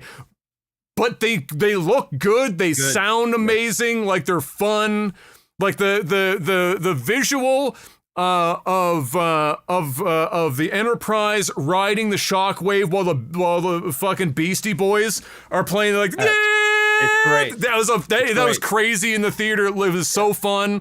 The only thing that I can harp on with these films is they always have shit bad guys. The main villains in these movies they're terrible. Fucking bad. Yeah. It's so bad that it's almost like watching a generic Star Trek TV show, and they have that one dude that shows up from another galaxy or ship, and they got to defeat him, and he's gone by the end of the episode. But Khan was okay. He was acted well, but the character was not written in a way that it came across amazing on the screen. For me, it's all about the crew. Yes, the visuals. Yeah, the nerdiness of Star Trek, and it's just done well. So and the acting is usually really, really good. I'm excited, and I really wish that Quentin Tarantino stuck with doing a Star Trek movie, because he had wrote that would have been nutty and was planning on doing one, and now he's not.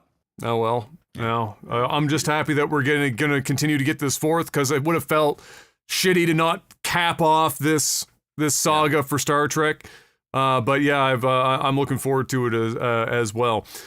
Speaking of dope soundtracks, Hans Zimmer said in an interview in this last week that he has no plans to retire. Somebody asked him if he feels like he's getting close.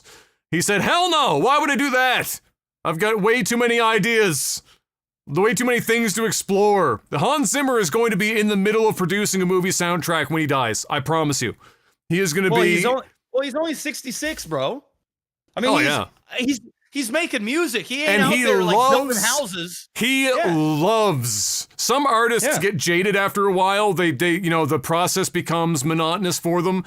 He gets to go out, Dune's soundtrack is barely even a soundtrack in the normal sense. They're making up instruments. He's got I think Pedro's his name, the fucking epic flute guy that he also has on stage at the Game Awards.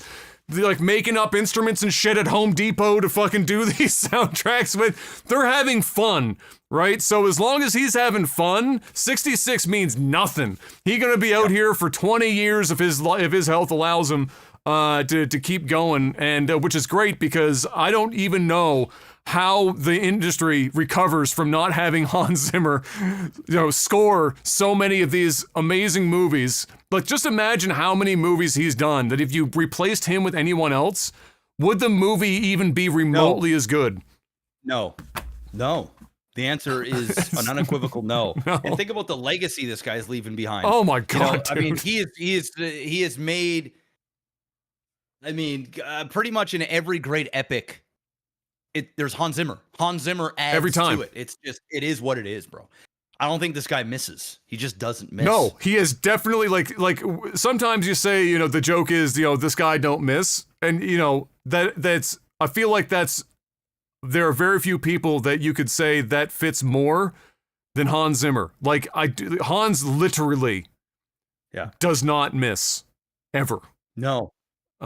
His IMDb is insane, bro. Oh, it's actually insane the projects that he's. How much is this guy worth?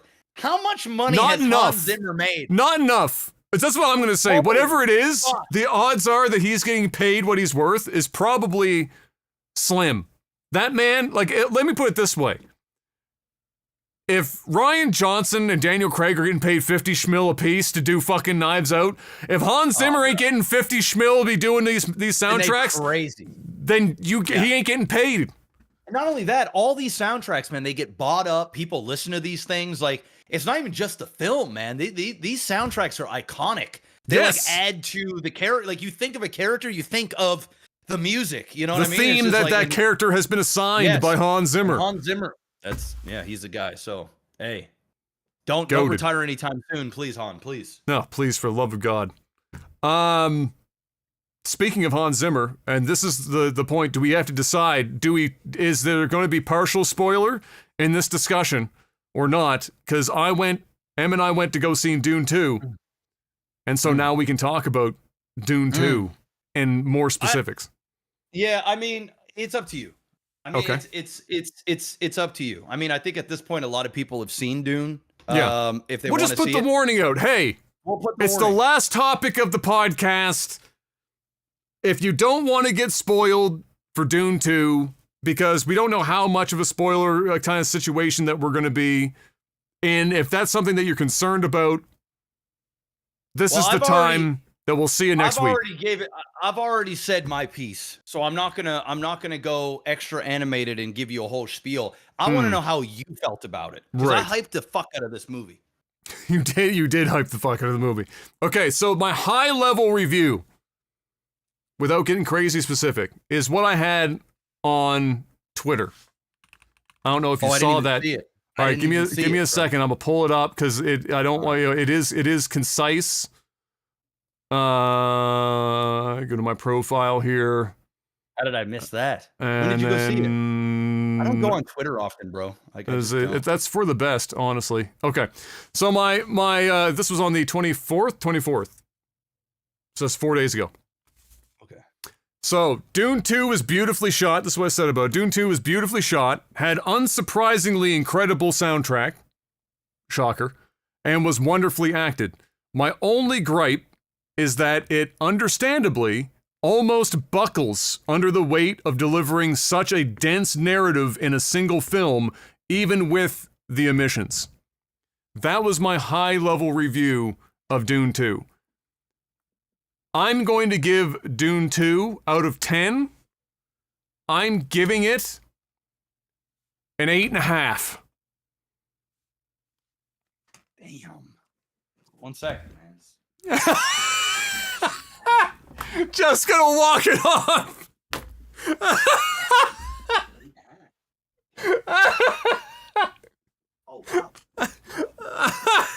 Oh wow. Wow. Damn, he said 8.5. Guy's gonna walk it off like Drake's dick. Holy shit. Okay. Damn. So, but like the 8.5. It sounds unfair, and it is kind of, because the 8.5 is almost because for me, I don't know if it ever was able to hit 10 because of that second part of what I talked about on Twitter.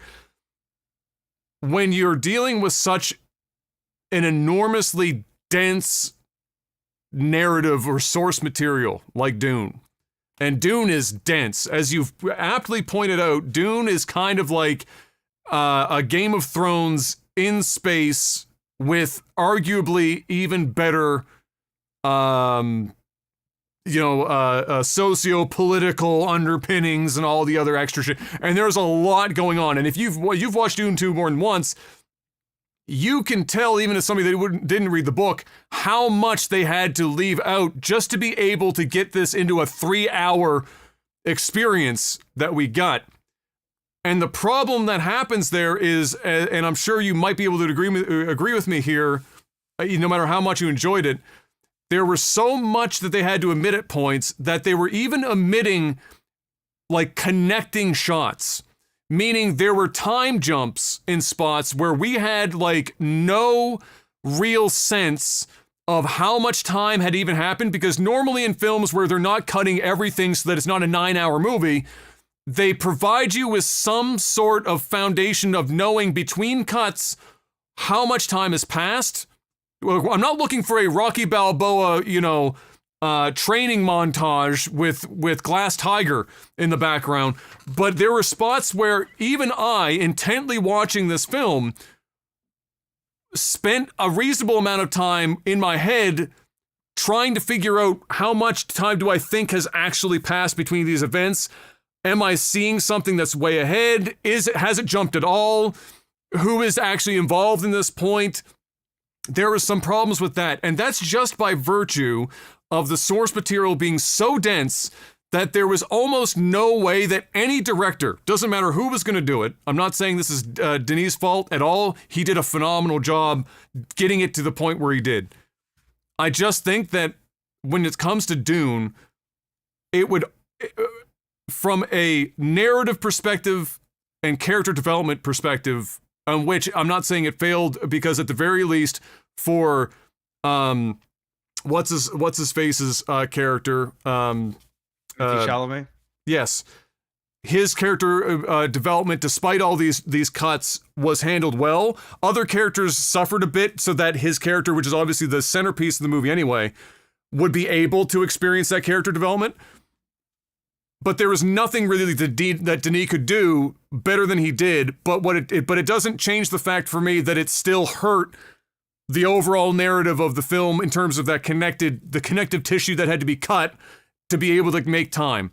And so that's why that's why I say it's almost like, could it have hit a 10? Do I think it's a 10 in terms of what he could have done? Yes. But this as a series, like Game of Thrones, makes more sense from the narrative side, not the incredible fucking insane cinematography, the bonkers fucking soundtrack, the sweeping everything, the epic moments and what, not from that regard, because we wouldn't have been able to get that if you move it to the small screen. We wouldn't get that. Or at least not to that magnitude. But from the narrative side and the character development side, for a source material that's so dense, it would have been better on that front. We would have lost the big screen stuff, which makes it such a fun and engaging watch, but we would have gained where he just didn't have the fucking time. You literally not enough time. Like you said, you looked at the clock and you're like, shit, how the fuck is all of this in like 30 minutes? Like, what the fuck is going to happen here? And I had the same thing. I'm sitting there going, in my head, I literally thought what you said. I said, this has got to be the time where Jeff looked down at his watch and went, how the fuck is this going to happen in the next 30 minutes? What's going on? And so that's my only gripe. And again, it's not even necessarily his fault. It's the nature of trying to take Dune and putting it to film. You're pointing a hat off, man. I listened to at least 100 reviews of this film. And there has been a couple that have talked about how fast things start moving towards the end of the film. And I agree.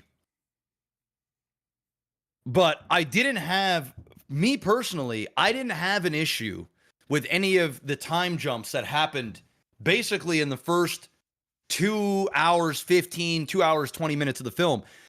I felt like I wasn't confused. I never once thought like, I knew that time had passed, but I wasn't questioning exactly how much time had passed because I didn't feel like it really mattered. It wasn't going to change how I felt about it. But I do agree.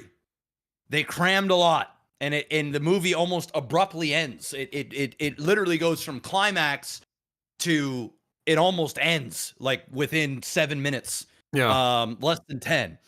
I wasn't a huge fan of that.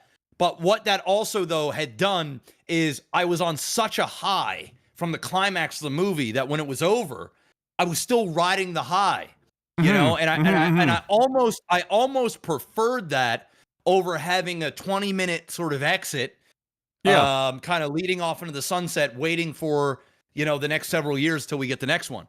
But I can appreciate your point of view. I get it. I get it. 8.5 though? God. Well, the reason, because, okay, so again, so like the for what he could put to film, it's a 10. But if I'm looking at it, comparing it to other films that are able to, because of their source material, actually not have the problem of having to cut so much stuff out to make time, it doesn't fare as well. And I personally put a lot of emphasis on, do the characters and the narrative go through an appropriate arc? I personally just felt like all of the main characters, the mom, the main protagonist, the love interest, the comedic relief guy, the spiritual, like, hey, you're the fucking second coming. I thought they all started one way and then kind of, the only one that really stuck to his guns was the guy that was like, you're the chosen one. He's the one since the beginning was like, same thing. And he kept, and it worked even more as the story started unfolding. And even Timothée Chalamet's character started realizing like, okay, maybe I am, maybe it's time. And he's like, yes, I told you. You know what I mean? Like, I knew it. I knew the whole time. So and I felt like I got that. Even with the villain. Yeah. I felt like I got a full arc. The characters that I could have used a little bit more of, the daughter of the emperor. I'm really bad with names, and they're all weird names, but I know who you mean. And she's hot as fuck, bro. She's man. So her, and there was one other character that I would have liked a more screen time with. But outside of that, I felt like I got it. Especially for the main characters, like the ones you really care about. Yes. I don't know how much more time we needed with them. Like, I don't know. You know what I mean? But I could be. So it's less about, it's with the jumps. So I'll give you a couple of examples so you get where I'm coming from, perhaps. Or maybe it will make more sense. Maybe it will be more confusing. So, for example, the jumps that we experience after the mum becomes. Yep. You know what I mean? Yep. That's where the jumps start to get really wild.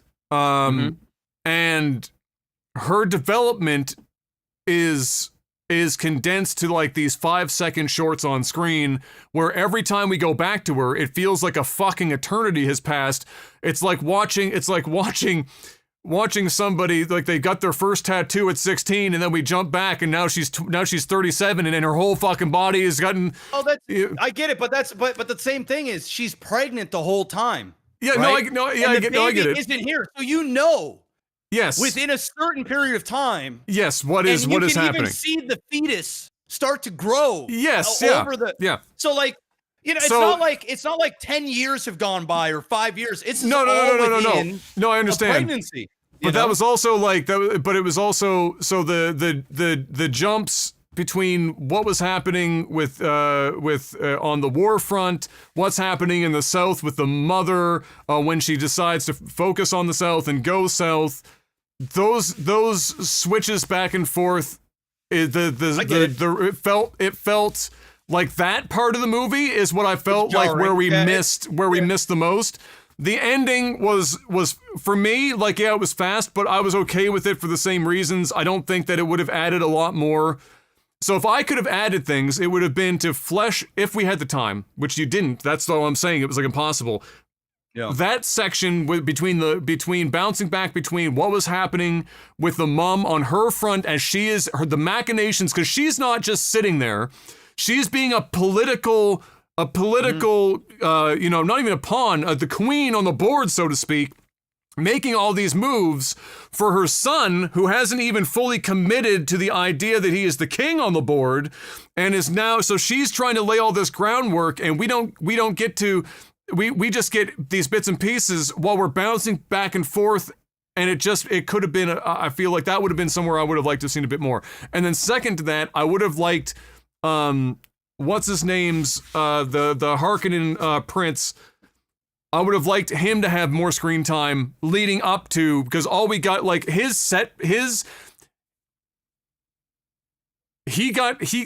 saying, I'm going to say he got done dirty, because I don't think he necessarily got done dirty.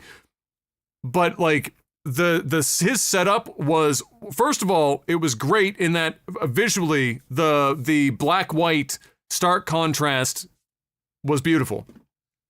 But his entire character build up to why we're supposed to believe he's Billy Badass was that one scene, and that was it. Like, there was, like, no whispers anywhere else. This wasn't like a John Wick where every secondary character was, like, whispering about how fucking crazy this guy is or anything else. We weren't getting all of this background build up. Like, none of that was happening. We just got this one Coliseum thing where he fought a bunch of, like, gimped up people except for one dude. And then he does almost nothing for the whole movie until the last scene. And that's his entire character. And so, but yet he plays such this pivotal piece in Paul's his name, right? In his character development and the story arc. So those two things are like the primary things that I think I missed out on a bit. But again, I loved it. I thought it was fantastic. The visuals, bro. Visuals were absolutely fucking bonkers. Yes, we did see it in IMAX. Yeah. Absolutely. I mean, everything, it sounded amazing. It looked fucking incredible. Even the first scene when the dudes are just floating up the mountain, and what I loved about it is, like, normally in these, like, sci-fi films, they use jetpacks and shit. They're like, you see in Star Wars, use jetpacks, they're flying around, so it's all noisy and shit.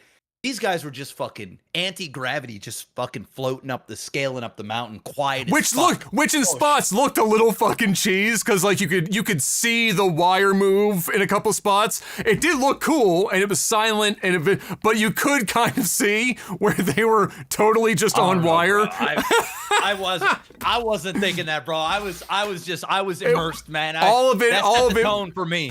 It was really good. It was really good. Honestly, the Harkonnen Coliseum part was probably one of my favorites because of the color contrast. The idea, the visual, the idea that the Harkonnens themselves are basically, all their visuals are black and white, which speaks to their entire ethos of there is no gray area. It is extremes. We're talking about every scene. Extremes. We're seeing every scene somebody's got a knife and they're just randomly fucking killing somebody. Live or die, bitch. I don't like you, you're dead. You're dead. Ain't no, I don't like you, so go away. So that visual was fantastic. The sandworm riding was amazing. I actually thought that the sandworm riding when they were moving the whole army, I thought that was even more badass than when Paul first rides the one, because Paul's was cool, but when everyone's together, that was like that was really awesome. So I really loved that. That was an awesome. What about that last fight scene, bro? What about that last fight scene? The last fight scene was great. Hand to hand. Yes. Everybody's watching. It's all on the line, bro. I'm like, oh fuck, this shit. Can I say my shit though? I know, Why can we get one movie with one fight scene in which it doesn't end with the faux stab? Like, just one. Can we get, like, everyone knows it looks like he took the stab, or like the I'm stabbing myself to stab you. I know, but like, can we get one ending that's not that? Because yeah, it was all awesome, but to end it that way, and I was sitting there going, Jesus, all that work for that fucking played out fucking ending to this fight. It's just like whatever. But I will say that scene in general was good, but I think the best scene of the whole movie, and it's not even close. The peak of the movie was Paul walking into the temple where everyone is sitting down praying. Because that's where his character development all happens at one spot. Really, he did. It's like a fucking switch flipped. I'm like, who's Timothy Chalamet right now? Who the fuck? Where'd this come from? Where did this come from? That was the show. Damn, he became a movie star right there. I'm like, he's a movie star. He's a movie star. Yes. That whole scene was sick. Yes. He came out hell of aggressive, bro. And they were like, what the fuck? He's like, oh no, bitch. And next thing you know it, his voice changes. Shit's getting real. Non-believers are becoming believers. The music's starting to swell up. I'm like, oh bro, we're peaking. We're peaking. I'm going to war. That shit was fire. That was the scene. That was when I sat there, I thought that's the scene for the whole fucking movie. That's the one. Fire. And then the second best, interaction that was kind of downplayed because it wasn't really made a focal point per se, is when he uses the voice and then the woman whispers not heretic, but she says what's the word? Not abomination or something, but similar to that. She uses because the men are not supposed to be able to do that, but he can. Was it abomination? Yeah. So that was really, I actually really enjoyed that because it's another little piece of indirect character development. Similar to the John Wick, he killed a dude with a pencil. That's right. That's right. It's a similar kind of thing. You didn't have to see everything happen. All she has to say is to say that, and you know with what else you know about the world. Yep. You get everything in this one line where she just says abomination, and it's because he's capable, and he doesn't do it very often, but when he does it, and at that point, which was after his speech, and he's in full-blown fucking anger mode. This guy's gone full control. He told Zendaya, he was like, I'm gonna go do this, but you ain't gonna like it. Yep. Hey, it's destiny. Shit's gonna happen. I gotta go, bro. See you. I'll always love you, but I'm sorry, I gotta go. And that's what happened. And so, that was good. So that was probably, I would say, the two parts of the movie I enjoyed the most. As the movie part, the visuals, all of it was amazing. Denis is a literal fucking god. He's Canadian, right? We're allowed to claim him. Yeah. We're allowed to claim him. Right, okay, we're claiming him. Damn right he is. I'm pretty sure he's from Quebec. He's Quebec, yeah. Sure yeah. He's the only Quebec. Yeah, he's the only Quebec that wants to be Canadian. So we'll take him. Hey, we'll take him. We'll take him. But yeah, that it was very well done.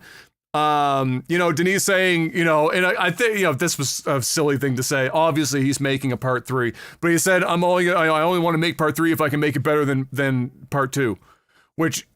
This movie is going to make a ton of money, and he's going to go and make Dune 3.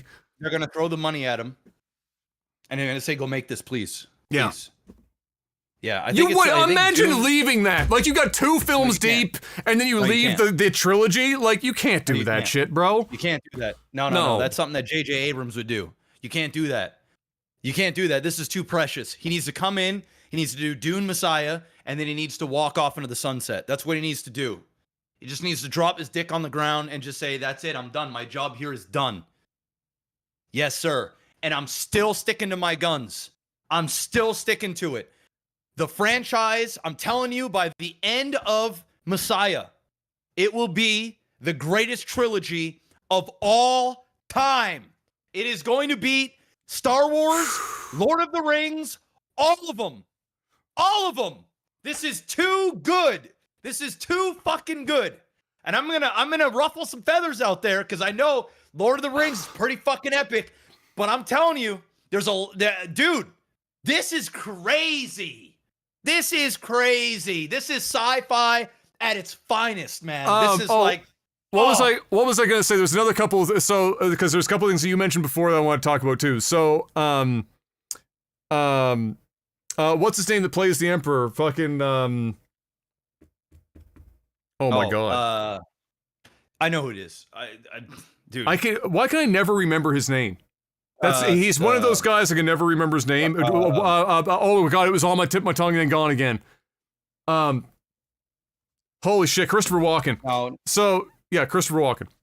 Oh, I thought you were talking about the big fucking. No, he's not the Emperor. He's the whatever else. I know who you. I know. Okay. Yeah. So it was Scars. I was thinking of Skarsgård, but you're talking about Walken. Yeah, Walken. He's the worst part of the movie for me. So he took me out. So he's the other guy's the Baron. So the Skarsgård. So Walken. I mean, it's hard to have Walken in anything and not see Christopher Walken because of his look, but also, even though he hit it relatively well, his speech pattern is so unique that you can't. It's hard for him to disappear into a movie because of it. Yeah. Now, again, I think they did a reasonable job. I didn't hear, it wasn't the most Walken, performance in that regard. So it didn't kill me, but it is still Christopher Walken. And thankfully, he's not on screen that frequently. You're not seeing him so much. I got a spice for you. And a cure. I got a fever, and the only prescription is more spice. Yeah. More spice.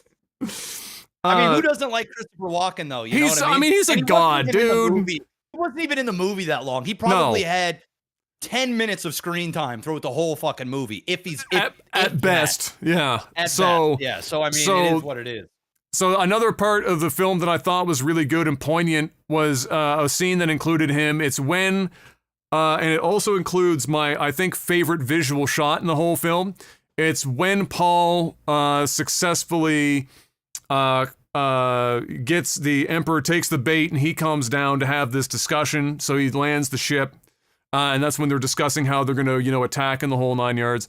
And so my favorite visual of the whole movie is when they've gotten into position and it looks like the Emperor's ship, the winds and the sand and everything is coming off the back. It looks like a comet sat on the ground, fire and shit streaking off the back of it. It is by far the prettiest shot of the whole film for me. And then this, because it's a wholly reflective ship, unbelievable shot. And then when they're inside, and of course they eventually break in, and Paul goes into the room and does his thing, and kills who is essentially his uncle. Yeah. And very Darth Vader type. Vader type situation. Kind of reverse Vader situation. So, but he does that. But before that, because the point I'm talking about is actually before that. So when the Baron's basically oxygen gets cut off, before this, and he's laying on the steps that lead up to the Emperor's seat.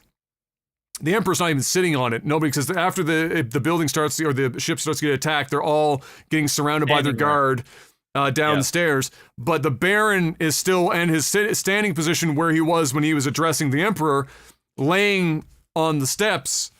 And as the doors are being kicked down and you see the Baron, he is still trying, he looks up, he knows he's dying, and he looks up at the throne, and he's still looking at the throne as like that was his goal, and he starts trying to crawl towards the throne. There's nobody else on it. He's on his deathbed. He sees the throne. He's still trying to crawl towards it. And I thought that was also another really good piece of character development and storytelling that wasn't super direct.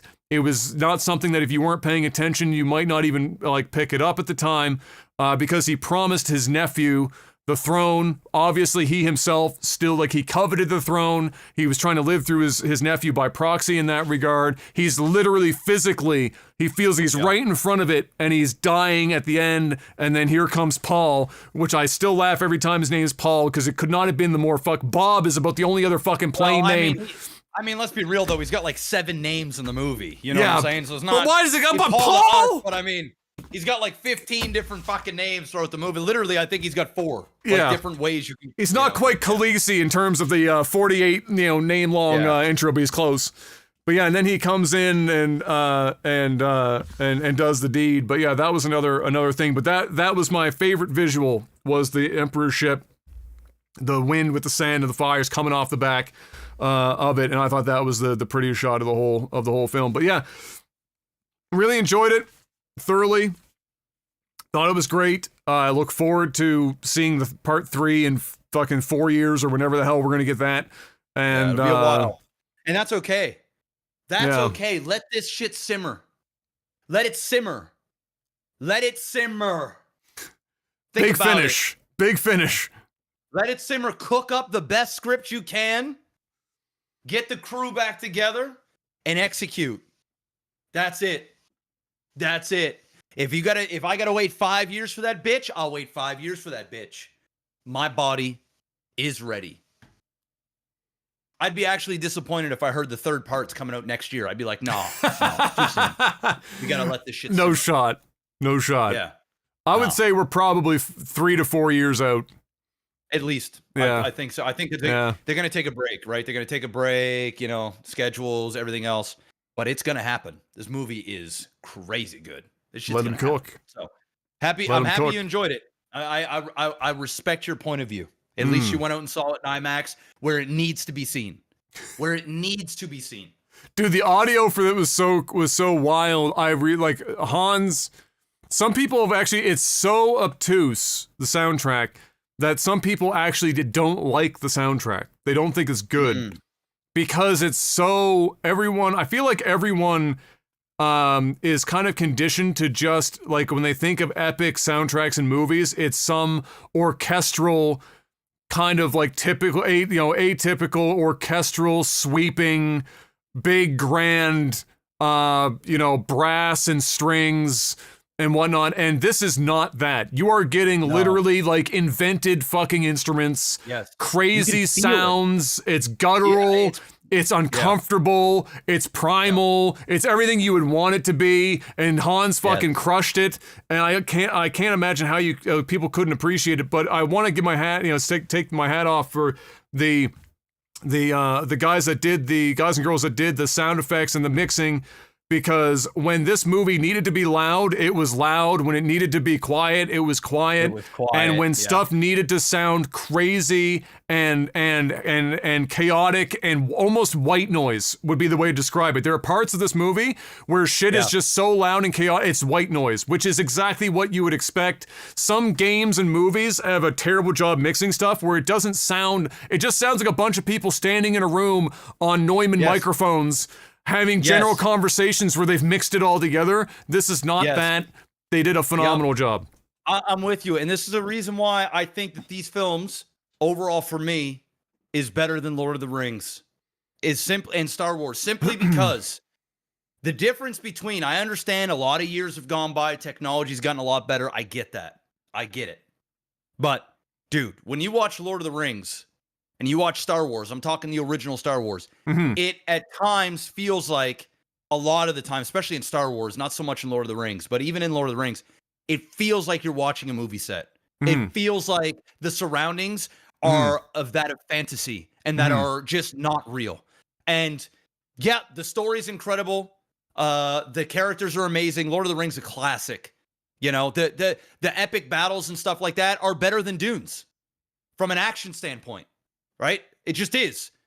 But when it comes to feeling it, how visceral the film is, this is such a leap ahead of any film I've ever seen, simply because it feels like you're on these planets. It's like you can taste and almost feel the sand. I don't know how they did this, but it's so fucking good. It just transports you. And there's no 3D involved. I'd have to wear these fucking glasses and get transferred into the world of Pandora. Yeah, that's great. But Avatar is the most expensive theme ride that you can go on without flying to Florida. You know what I mean? You're in the theater, you're on a ride, and it's fun, and it's amazing. But it's fake. Like you just know you're on it. You're just enjoying what you're seeing. This is like, bro.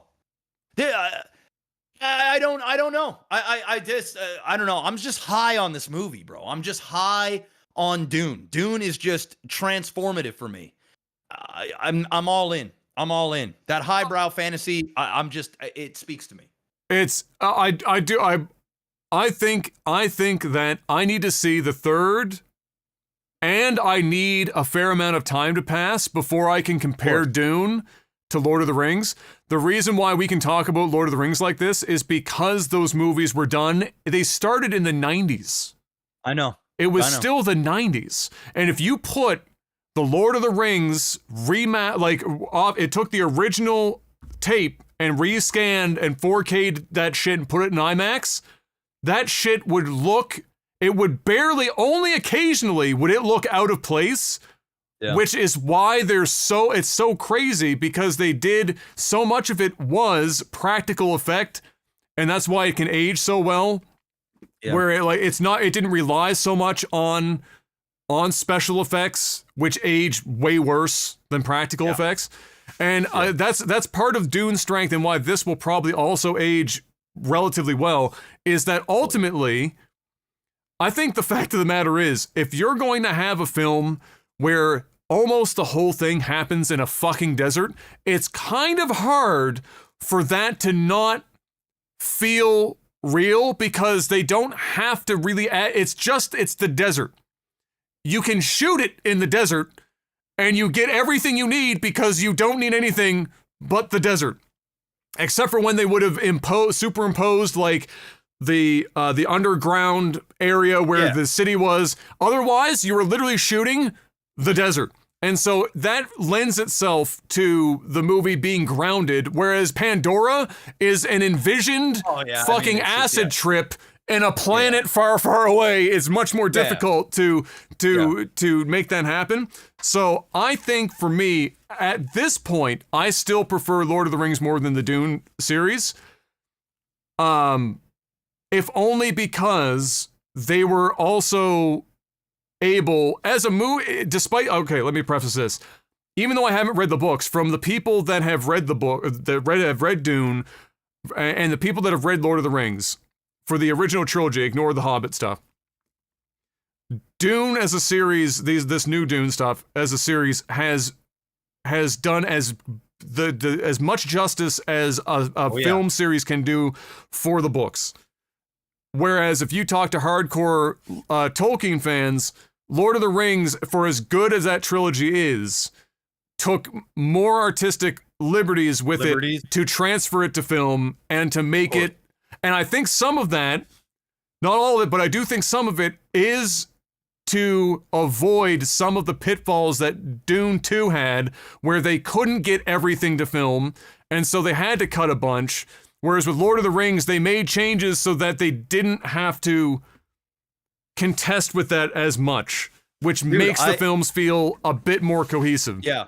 And that's one thing that the vast majority of Dune people that read the novels, I've never read them, so I never will. I don't give a fuck. I just want to enjoy the movies. Yeah. But they all said, like, this has done an immensely, just an absolute, almost verbatim. People were saying it's crazy for the first time in their lives where they read a book and what they envisioned is starting to show up on the screen as they envisioned it, which is, wild to even think about. It just never happens. And the thing is they did make some changes artistically because of the lengths of the films. Yeah, of course. Where originally there was never the baby, where the baby is communicating basically to the brother. And this was never like that. And then they show Anna Taylor Joy, or whatever her name is, where she starts showing up as the future of the baby. Future sister, yeah. And yeah, exactly. And they the way that Denise just kind of did the same thing but changed it, people were loving that change, and I thought it was fantastic. And now we know what that sister will look like in the third movie. Yes. And it's just like, dude, the things that he did, bro. Listen, he crushed it. He crushed it. He's a god. Like, people question his style of filmmaking because he focused, and we talked about this before, so much on the visual aspect of of film and less about the rest. But in this instance, he has shown that he is capable of doing both. He obviously still focused more on the shot-to-shot visual aspect, because that is his entire, that's what drives him as a director. But he's shown that he is more than capable of doing something like this. And I think some of it is obviously, as we know, he's a massive Dune fan and has wanted to do this for a long time. And so I think that's why we're getting this best version. It's kind of like Peter Jackson was a massive Lord of the Rings fan, and so the trilogy was fucking phenomenal because of that. And they had a bunch of other people that were willing to be in on this journey with them, and now we're getting that with Dune. And if there were two book series that you would want that to happen to, Dune and Lord of the Rings. That's the books, right? Yeah. So it's gonna go down. Dune, in my opinion, will go down as top 3 trilogies of all time. It will be there. It will be there. Absolutely. It's gonna be Dune, Lord of the Rings, Star Wars will be the big 3. Yeah. And then obviously Fast and the Furious, clearly. It's gotta be the You say so. No, obviously not. But nevertheless, that was it for movies and TV. I don't think I got anything else for that for now. Nothing else. Which means that's where we will move on quickly and do just a couple of questions for tech support. Patreon.com/LikeTV is the place to go if you want to financially support the podcast. And each and every week, you get a couple of little perks here. If you're at $5 or more each and every month, you can ask us questions on a post I put up before the cast on the Patreon page called Tech Support. We give you the answers to your questions that you put in the comments on that post. Let's see what we got this week. Marky Mark asks, which of the billionaire's goals do you respect the most? Elon Musk colonizing Mars, Jeff Bezos becoming immortal through stopping the process of aging, or Bill Gates fighting poverty? I didn't know Bill Gates was fighting poverty. I thought he was mostly concerned with malaria. But I haven't looked into Billy Bill in a while. I mean, I could give zero fucks about the immortality stuff, but I mean, I actually think immortality is probably a horrible goal for humans. You know, maybe make it so that life is more comfortable, but we don't need to live for 300 fucking years. Let's calm down. No. Let's. Yeah. I mean, I'm gonna be honest. Can I say none of the above? Really, is that like an option? I mean, well, I mean, I think the idea of going to Mars is far more interesting. Mm-hmm. You know, then I'm not saying there's anything wrong with feeding the hungry. I mean, well, leaving the planet is a much more easily romanticized thought than some of these other options. Yeah, and it's not only that, it's just like, you know, I think things like that bring humanity together. You know, it's like an achievement that no matter what walk of life you're from, I think us as human beings can all kind of connect together about, you know, that. And I think for that reason, I think ultimately it's a far more ambitious, it's the most ambitious thing I think anybody has ever set out to do ever. Since, you know, going to the moon, if that even happened, but who knows? You know, Stanley Kubrick back then, you know, he's making some really good shit, but I guess we'll just never know. But yeah, no, I'm gonna go with Mars, and not because I'm a particularly a big Elon Musk fan or anything, but I just think I'm gonna go with Mars. I mean, that's crazy. Just think about that. Yeah, well, go to Mars, colonate Mars. Like, what? I like the so ideally, when you have so much money, any projects or anything that you do, ideally, you know, you're able to put it into something in which it has a chance at uniting all of humanity and to be able to point it in one direction. Because, you know, and that's why the concept of would an alien invasion be the only thing that would actually get people globally to stop bickering amongst one another and work towards a common goal, because the thing that's coming at us is not human. When it's humans and other humans, it's easy for that to get, turn into what we see, war and everything else that we have here. We're awfully good at it. But if it was an external force like an alien invasion that threatens the whole planet, then all of a sudden that, might be like the one thing that unifies everyone to point towards a common objective. Mm-hmm. So space in general always seems like one of those things in which you have the best chance at unifying the most amount of people to get behind a specific goal. My only problem with it, and it's only a problem insofar as that it's going to get, it's like I said, it's romanticized, so it's easier, it's going to be talked about a lot more than some other problems. I still think that it's similar to, let me put it this way. I would rather know what's going on in our oceans than what's going on out in space in terms of colonizing another world.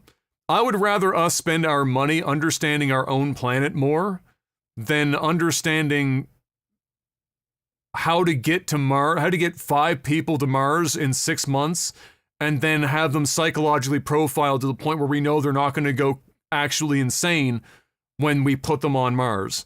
It is a goal that I think it's not to say that I don't think it should happen, but I would just personally have other priorities. I would rather know what's going on here. We know more about space in some instances than we literally know about parts of our own planet. And so I think that I would like to have more focus be here. It's kind of like, when you're trying to figure out what to, because money is what makes things move, right? It's the great equalizer, other than a gun.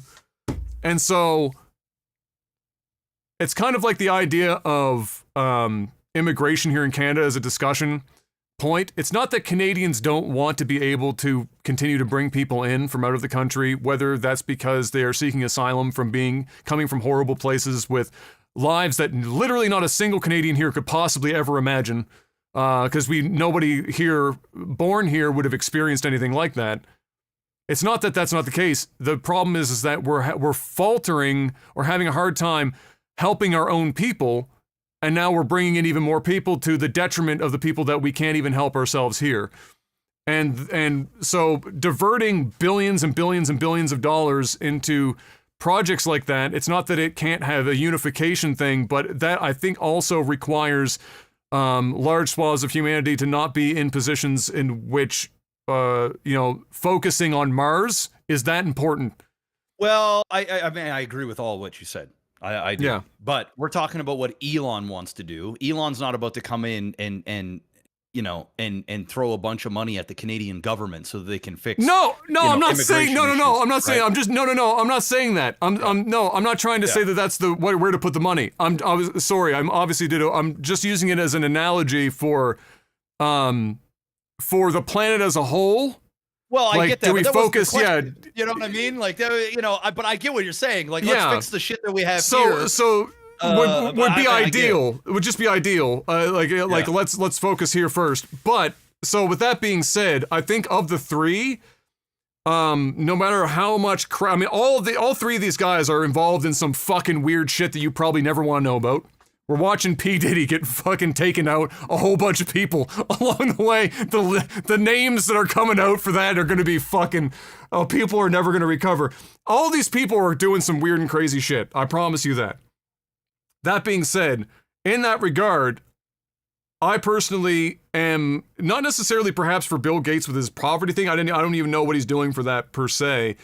But I do appreciate the amount of work that is, at least theoretically, that has been done by Bill Gates and his foundations towards working to solve disease issues that nobody else wanted to spend that kind of money on to do, because it's dramatically improved the lives and saved a ton of lives in the process. So I would say that's probably my pick there. But I do appreciate that Elon for as crazy as that motherfucker is, and as much as I disagree with 98% of what comes out of his mouth, I appreciate that he is at least so, as a personality trait, so singularly focused on something, while having the funds and the mind to do it, is willing to kind of ironically replace NASA.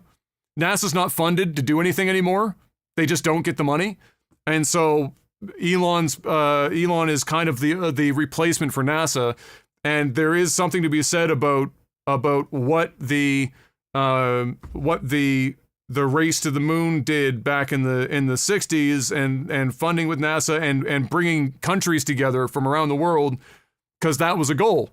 Like, let's as humans, who's going to get there first?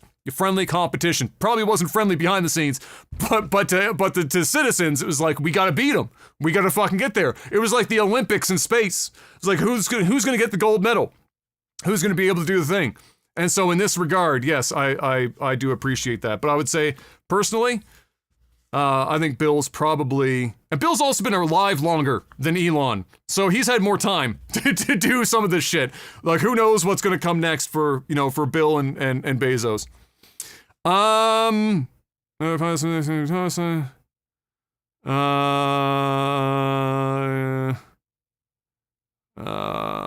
see. Try to triage these for time.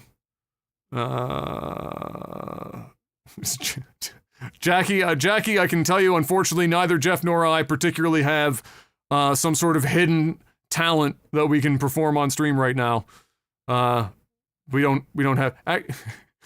All my talents, you guys. You've already seen. You've already seen it. And I have none. Hold that trick out.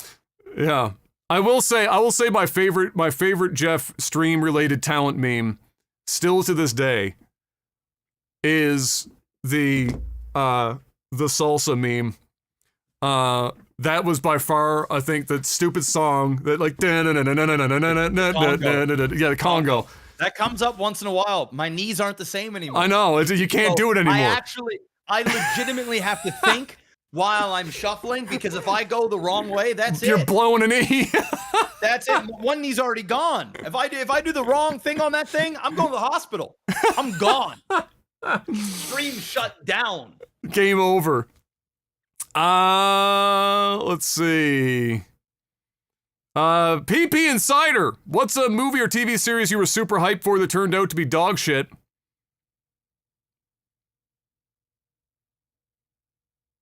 That I was super hyped for, but it turned out to be dog shit. Good question. I don't know if it's a movie or TV. You know what? Even though, okay, so I don't know if I was hype, but part of me still wanted it to be good because I wanted it to oh, well, here's an easy one. The Star Wars sequels are probably fucking... Yeah, but that's not is that a TV, was it a movie? TV? He said movie or TV series. Movie or TV series. Okay. So Star Wars sequels. And then I will say the fourth Matrix film, even though I knew it was going to be dog water, I had a hope. I was like, man, please, Keanu's on such a roll. Let him just have this, please. But they had to go that was bad. That movie didn't even happen, man. We got to forget about that. Yeah, that was bad. We got to forget about that. So I would say those are my top two. I don't know if there's any TV shows. I'll go Rise of Skywalker. I mean, that shit was absolute. Of the three, that's the worst. Trash. Yeah. Absolute fucking trash. Yeah. That movie sucks. I will never watch Rise of Skywalker again. Ever. I'm okay with Force Awakens. Even The Last Jedi. If you fucking had a gun to my head, I'd at least watch it. Rise of Skywalker, pull the fucking trigger. Pull it! I ain't watching it. That fucking movie sucked. My God, that movie's bad. Holy fuck, that's bad. It's a bad movie. Holy fuck. It's one of the few movies that when somebody brings it up, if I'm in a certain mood, I go through the same rant every single time, and I get just as heated. Because just the thought of how many missteps and missed opportunities to save a busted trilogy that movie had, and just ignored all of them and chose the worst options at every corner. It just infuriates me. It infuriates me. Yeah. Yeah. And you know what, though? And it's sad because you go into every Star Wars movie with that hope. Yes. It don't matter. It doesn't matter. The next Star Wars movie, literally a new hope every time. A new hope. A new hope. Surprisingly enough, if they just keep remaking versions of A New Hope, they might be okay. They might be okay. But it just seems like nobody can fucking make Star Wars anymore. For Christ's sake, if you need to, pay George Lucas to come back and fucking make something. God damn. Rise of Skywalker it's so fucking bad. Holy fuck. And there's already talk that Rey's coming back for the next trilogy. Why? Come on. Fuck you dumb motherfuckers, man. You brain dead, tone deaf, dumb fucks. It's still gonna make $1 billion. Wants it. It's still gonna make $1 billion. That's the worst part. Nobody wants Rey. Nobody wants Rey. No. Nobody. No one. There isn't a soul that wants it. She's so shit of a character. She's such a fucking Mary Sue dog shit character. She's so bad. She's not even interesting. She has no charisma. It's fucking bad, dude. It's bad. And suddenly she's a fucking super Jedi. Suck it. That fucking movie's so shit, bro. The best part of that goddamn trilogy, and the only reason why it is remotely fucking worth watching, and Rise of Skywalker isn't, but the other two is fucking the goddamn main villain. The fucking Adam Driver? Adam Driver as fucking Kylo Ren. Kylo Ren. That is the saving grace. He is the fucking only thing in that god-forsaken shit trilogy. He's it. He is him, bro. He is him. And they had it at the end of Rise of Skywalker, where he, as an actual Skywalker, could have risen. Oh my God. At the end. And they looked at Adam Driver and said, no, not today. You're done. You're done. Leave. And you know what? I bet you Adam was like, bitch, write me out. Yes, I'm please. Out. They're probably like, yo, dude, your character is the only thing that everybody loves. That's it. You are the focal point. Rey, hate him. Everything, Luke Skywalker, we hate him now. We hate everything now. Kylo Ren is the only thing. Well, Luke Skywalker, we just feel bad. Yeah, we feel bad. Feel bad for Luke Skywalker. We don't hate him. We feel bad for him. Fucking Finn, dude, they fucking, oh my God, bro. Bro, they did brothers bad, man. Oh, that was bad. They shit all over the black character, bro. And they shit on him because he doesn't sell in fucking overseas, man. Suck it raw, Disney. You want to be all about inclusion? You want to fucking, you want to go woke? Is that? Put in some damn nickels. Make some Make him a Jedi. God damn, man. What are you doing, bro? Stop, man. They did Finn wrong. They did Finn wrong, man. Fuck me, bro. Give a brother a lightsaber that isn't Samuel L. Jackson, for Christ's sake. They let that motherfucker hold the lightsaber, put it in the fucking trailers. Fucking even the guy who played him, fucking John Boyega, was like, dude, they bent me over. Bro. They gave me a courtesy spit. That was it. And they went in on my ass. And the thing is they duped them. The whole fucking dude. Oh my God. There's so much wrong with the that kiss between the most forced Finn Rose and what's her Rose. Oh my God, bro. How did that make the edit? Forced, dude. I forced. Cringed. What was that weird peck? That like, bro, it was bad. In, like not even did it. Nothing. Dude, fuck nothing. Right off. That whole trilogy is ass, bro. And you want to bring back you really want to bring back Rey. Bro, I don't know, man. Dude, Yeah, that new Star Wars trailer that came out of that new show looks like ass, bro. Looks like fucking ass. It looks like everything is done inside their little studio, and they're all on wires doing flips and shit. Ooh, guess what? Star Wars has gone downhill so bad that I don't even get excited when I see a lightsaber anymore. Because you're overexposed. All I need to do before was see a fucking lightsaber, just whoom. I'd be like, oh yeah, bro, I'm fucking ready now. Fuck you, bro. Fuck you. How do you go and watch movies like Dune and then you think Star Wars is good, bro? Star Wars is trash. Trash. Capital T, trash. I like Daisy Ridley. I like her. I think she's a great actress. She's great. Get the fuck out of Star Wars. You're not good. You're not good in that role. And it ain't the writing. It's you. You're not good. And the writing's bad. Both together, you're horrible. Stay out of it. Go do something else. This role ain't for you. Nobody wants you there. No one. I'm sorry. Fuck. Why do we even bring Star Wars up, dude? I'm pissed. They did Finn dirty, bro. I took that personal. The whole black community said, fuck Disney. That's what they said right then and there. Well, you know, fuck? They fucked. You teased the brother with a lightsaber. I got no representation, Disney. Give me something. You're all about representation. Where's mine? What you do to John Boyega? You fucked him, bro. He wants nothing to do with you now. And he's actually a good actor. What the fuck? I like the whole. I enjoyed the Stormtrooper turned into Jedi. That was great. That was some good shit. No, it ain't no Jedi, bitch. It ain't. You're just a punk bitch. What happened to John Boyega's character? What happened to Finn? Why was he even in those films, bro? He was nothing. Shit. There was nothing. Shit. They had him all set up. They decided that he wasn't popular enough. They wrote him out of basically anything they would have had. I'm over it.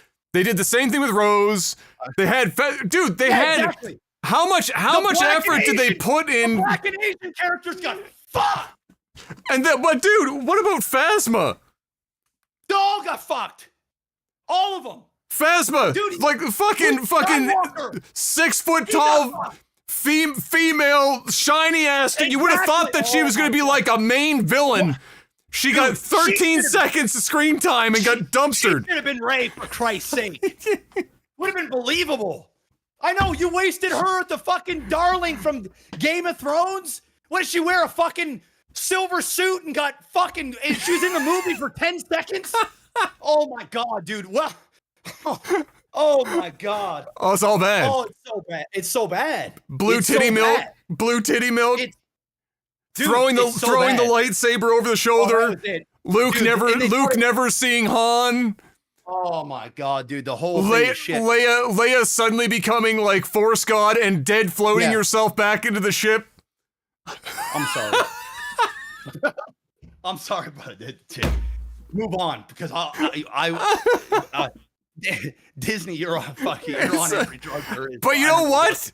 They're suffering from success because they're going to come out with more Daisy Ridley shit. No. And it's going to make $1 billion.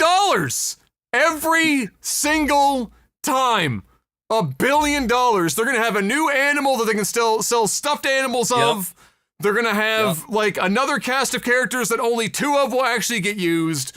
They're going to fucking overexpose everyone to lightsabers again. And then they're going to make $1 billion and it's not going to matter. Because Star Wars is one of those like properties where you can put out like basically anything. The only hope here is that all of the extracurricular off silver screen stuff they're doing is going to burn people out so bad that they can't weather another trilogy that's dog shit. True. And that's it. Please, dude, I'm just praying to the gods that they just remove this Rey shit. Just please, just walk away from Skywalkers. Just walk away from the old Republic. You have it right there. You have it right there. You had the original cast still alive, and what did you do? What did you do? Bro, they passed the torch, bro, to Daisy Ridley and killed off your favorite characters. It's in the fine worst that ways possible. it's fine that they died. They had to happen. Everyone knew it had to happen. It's the ways in which all of these things played out. Luke's send-off was fine. Everything up to it was terrible. The send-off I could live with for Luke, but like Han. Oh man, so you just had to do it to me. You had to do it, to me. Everything that they could, again, only way I can describe it is that with very few exceptions, every list of like good decision, bad decision, they chose bad on almost every single point. All of them. The whole way through 3 movies. Like if there was a dichotomous set of like, should we do this or should we do that? They chose the bad one almost every single time, like clockwork, to the point where it was just like, man, and it was defeating because obviously as a fan you want it to be good, but then watching the films make so much money, and then you know that it's still that they're gonna make more because they're made the money. It's successful. No, it's not successful. It's not. Could have done even better. Fuck you. Could have done even better. Yeah. You thought it was successful. Make a good movie. You'll see what success is. Yes. We'll show you. We'll show you what it is. Yes. We'll show you, please. And for the love of everything that's holy and sacred, Disney, for the love of Christ, on the next trilogy, have the same writers and the same goddamn director. Do not give 3 different directors 3 different films with 3 different tones and 3 different visions for 3 different... Dude, stop. Continuity, please. If it's shit, just let it be shit the whole way through, the same type of shit, so I at least know the smell. I don't need 3 different types of smelly shit. So I throw up once, I throw up again, and then I fucking die on the last one. Stop. Just keep it simple. My God. Fuck. Or just sell the property, man. Give it to A24. Do something. Oh my God. God. A24 Star Wars. Oh. You know what? No, give me Denis doing Star Wars now. Yeah, I want Denis. Give me Denis. Old Republic. Knights of the Old Republic. Denis. Revan. Denis. Go. Do it. Or give it to Nolan. Give it to somebody that knows what they're doing. Almost anyone that's not who you gave it to. Please, God, please. Anyway, that's it. That's enough Star Wars for me. Yes. I'm gonna have a fucking stroke. One last one to wrap it up here. Let's see.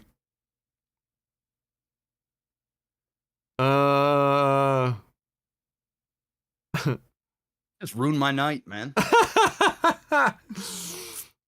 Bork Chop asks, of all the major sports, American football, hockey, basketball, soccer, baseball, etc., which would you want to be a pro in the most? In sports? Yeah. Golf. Give me golf. That's a good choice. Please. I mean, dude. If it wasn't basketball, it would be golf. Golf, like longevity. You're in it. Do it for a long time. Do it for a long time. As long as you're not being stupid and you have like the world's worst swinging pattern and you're trying to literally vaporize the ball like Tiger. Barkley or something. Yeah. You ain't got to do it.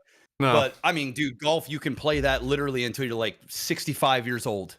Dude, you can play that until you're into your 80s. There are dudes in their 80s out there. But I mean, like, competitively on the floor, into your 60s, into your 60s, like early 60s, and your body then going, okay, I can't compete. I just can't hit the ball the way I used to.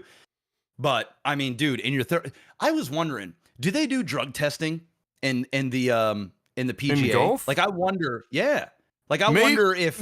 Maybe, but, like, if there was anyone doing anything like that, it must be really mild, because, there's not even Tiger ever in his career. He got kind of big. Well, he got kind of big, but he's also just black, right? And... And if he was on steroids, I mean, he did the worst job of utilizing them. Steroids. not all steroids are buffing steroids. No, you know but what I mean? mean, like in terms of recovery, even.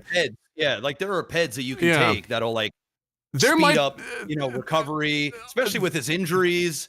There's probably some of that, but I think for golf, where most guys there are guys. The thing about golf is so much of it's mechanical. So like there are dudes who weigh 155 pounds that are hitting the ball 385, 420 yards off the tee. Yep.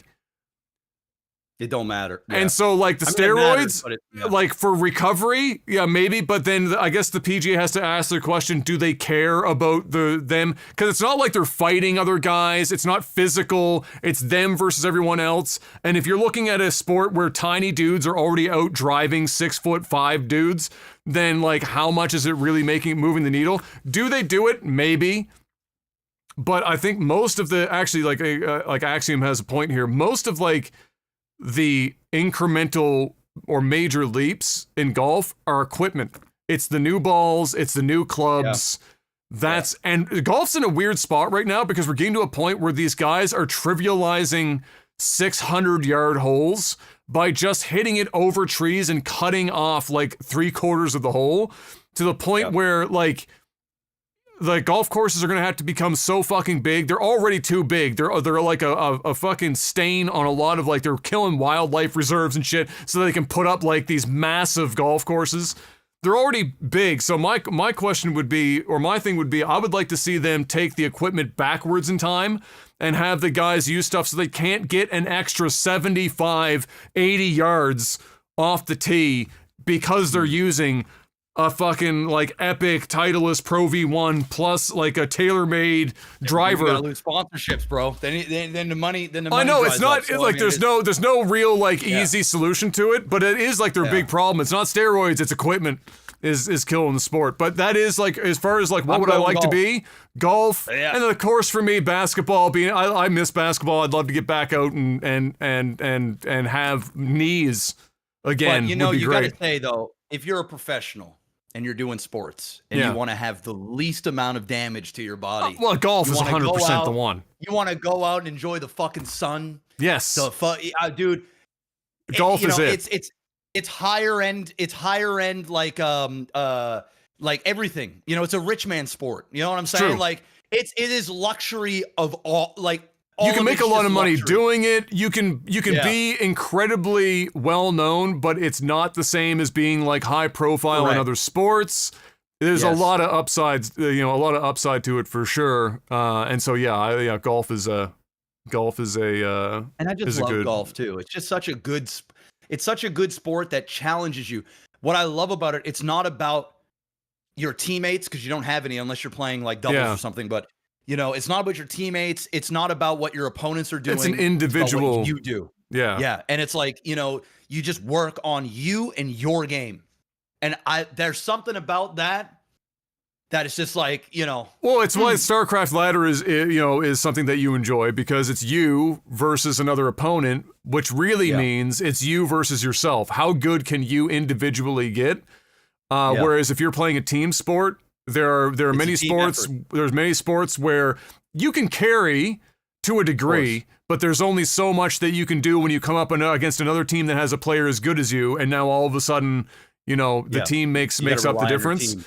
And so, that's what does make golf special. I do like the things they've made strides in this for golf. I would love to see them make bigger strides to make it more accessible to more people. Golf is still a very expensive, high barrier to entry sport, not just because of the clubs being expensive, and even getting lessons to learn how to swing a club, for example, is expensive, but just getting on a course to play it so that you can practice is just like the amount of money is bonkers. But it has to be that way, because if you could go to a golf course and shoot 18 for $20 or $30, right? Yeah, it'd be too many people on the course. Too many people.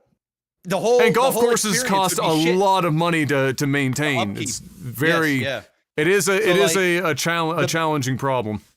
Yeah, so it's like, in a way, I agree with you. I guess if there could be more golf courses and you could make it cheaper for people to get into, fantastic. But yeah, it's almost like Dude. it's almost like tennis, where you just need to have more ways of people to at least be noticed when they're really good. That's right. That's so right. that they can get in with sponsors to then like That's move right. on and do the thing. Yeah. What we're doing, Adam, when we retire, when we're old, we're gonna get golf memberships, bro. Oh, 100%. And we're gonna be just dog retire. water. We're gonna be so We're gonna bad. Be shit. We're gonna be shit. Oh, who cares? We're retired. But it doesn't We're gonna matter. go and shoot golf. We're gonna Yes. drink beer, shoot Yes. golf, and talk about the crazy life we lived. That's it. Yes. Yes. And just get away from the wife and kids and just be 100%. like, let's go shoot 18. Let's just go 100%. shoot 18. Bro, you know what? happen. You know what though? You know what I thought about this is like thinking about it now, because you got to make your moves for the future. Because I'm not a wealthy man at the moment, but in the future, I like that. I like that at the moment. In the moment, I like that. Is where do I want to retire? And right now, the reality is, we're losing my family home. I ain't got that holding me here anymore. And so in the future, where do I want to go? Right now, Hun's already got it figured out, bro. Hun's in Nanaimo. He moved there not long ago. He's in Nanaimo, bro. He's on a lake. He showed me I was talking to him the other week. Showed me video. I was like, God damn, Hun. He's out here. He's got 2 kids now. 2 beautiful little babies. He's out in Nanaimo, like a retirement village, but he works from home.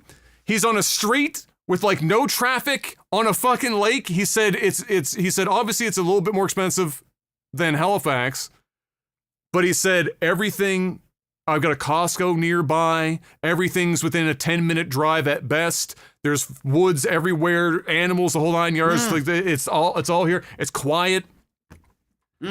I said that to Dad. He said, I got to be honest with you. He said there's only place in the country that, this is my old man saying this, that I could have moved that wasn't here. I would have lived in Nanaimo. I said, word? Ooh. And so I said, all right. Man might be onto something. And now I said in my head, I'm thinking, Dad's thinking that? And Hun's already there? And I don't want to put up with winter, because Hun said there were 2 days of snow. 2. And he only had to shovel once. Oh. He said spring was already here 3 weeks ago. I said, word? He said, yeah, it was 17 degrees the other day. I said, come on, man. Why are you doing this to me? What are you doing? And so he's got me thinking about it. I'm like, man, by the time we're there, Nanaimo could be the size of Toronto for all I know. But for now, it's a hidden gem right now. It's a hidden gem right now. But by then, God only knows. Nah, my ass probably ain't fucking ever leaving this goddamn province. Anyway, ladies and gentlemen, that's it for this podcast. For this week, we gotta go cast some StarCraft, and so we're gonna go do that. Thank you very much for hanging out. Hopefully you enjoyed yourselves. And until we see you next week, stay safe out there. Have a good one, and peace. Hey.